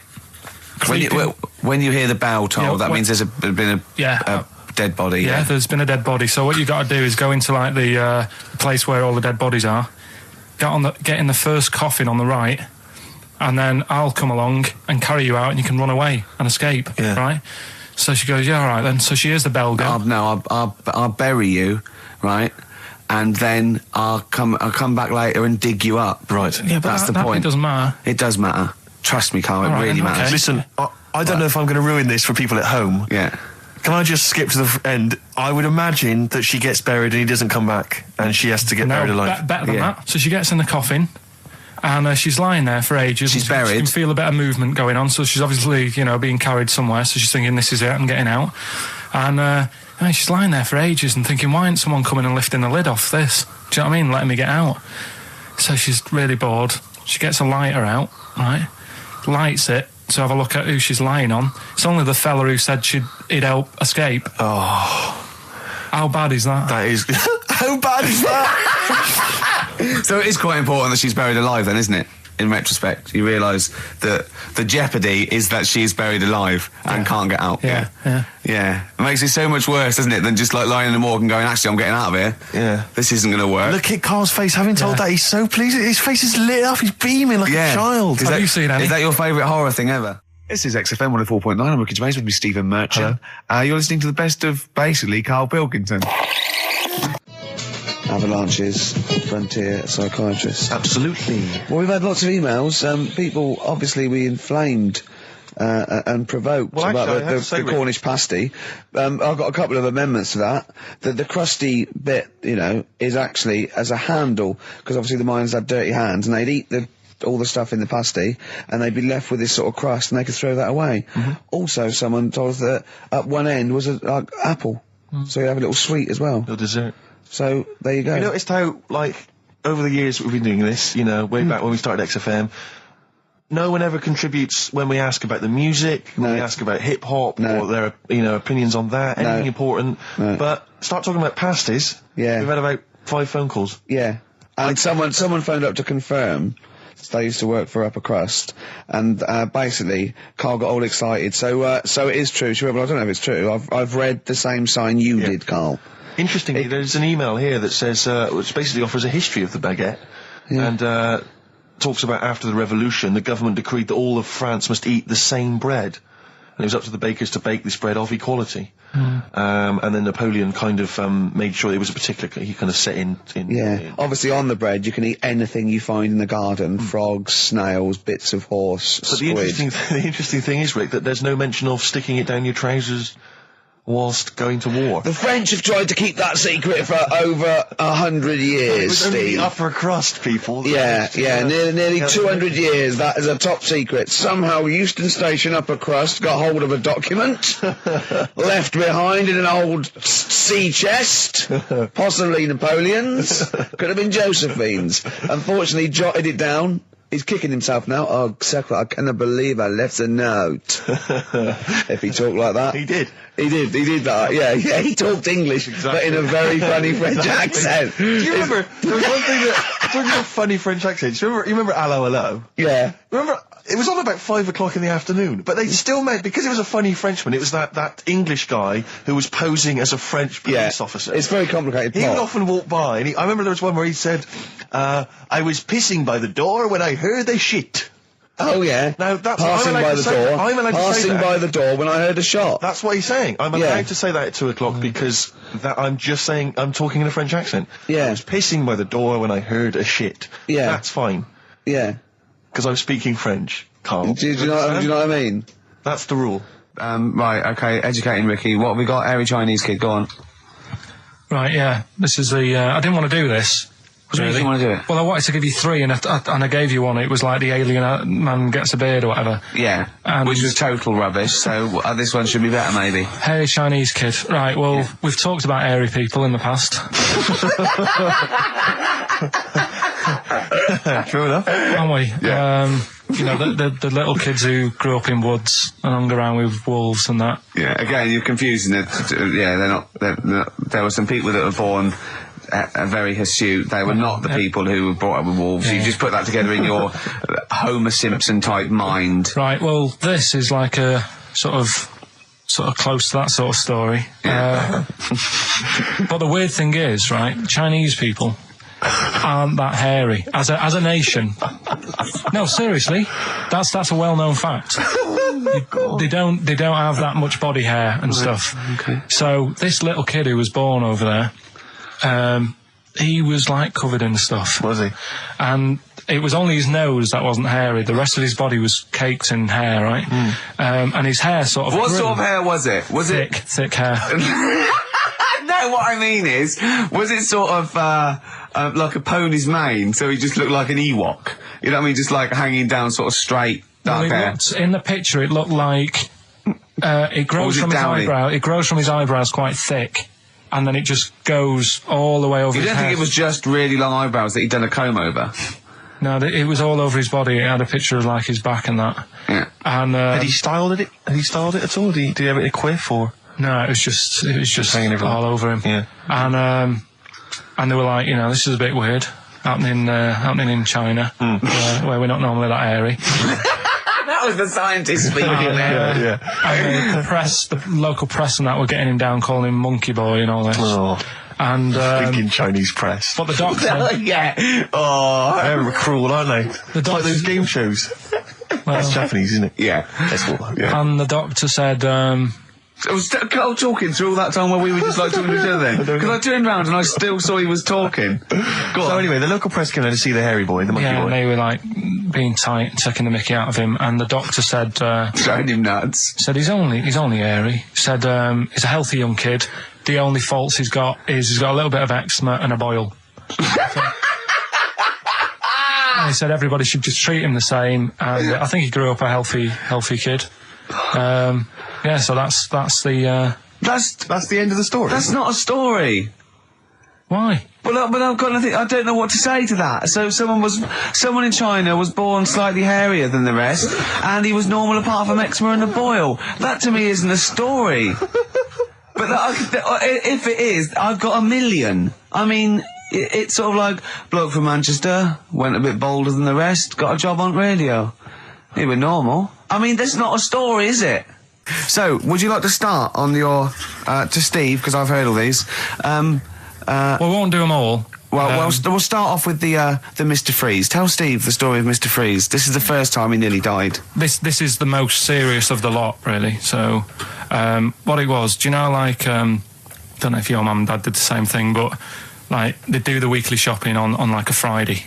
Yeah. So when you got to Thursday, there wouldn't be much stuff left in the cupboard. It'd just be like, you know, your Jacob's crackers and stuff like that. So when they'd been to the supermarket and they came back, I was like, you know, what's that saying? Like a pig in... You know, I loved it. It was like loads of food coming in, loads of biscuits. What is that saying? He nearly said pig in shit. Right. Is that the saying? Yeah. Right. So yeah, all this food comes in. Thank God he didn't. Otherwise he'd have been in trouble. That's true enough. Because he's culpable for our actions because Exactly. he's the producer. So technically, that twat's in charge. Go on. Right, so anyway, so there's loads of food, and I'm like, oh yeah, look at this, and chocolate biscuits, and, you know, penguins and stuff. Bacon. And bacon. Just in case, you never know. So anyway, my mum and dad's putting the food away. Me and our kid are like, he's already grabbed something, gone back upstairs. It's like feral children. it's like a quest for fire. And then they run upstairs. What did he just sit under the bed, gnawing at some sort of pig's trotter? So I saw, do you remember Mr. Freeze Pops? I do, yeah. So they're kind of like popsicles, icicles. Yeah, but really long, like a foot long, right? Yeah. So I thought, I'll have one of them, so I grabbed it. Went for the nutritious stuff first. Absolutely. And like my mum and dad are putting this stuff away and what have you.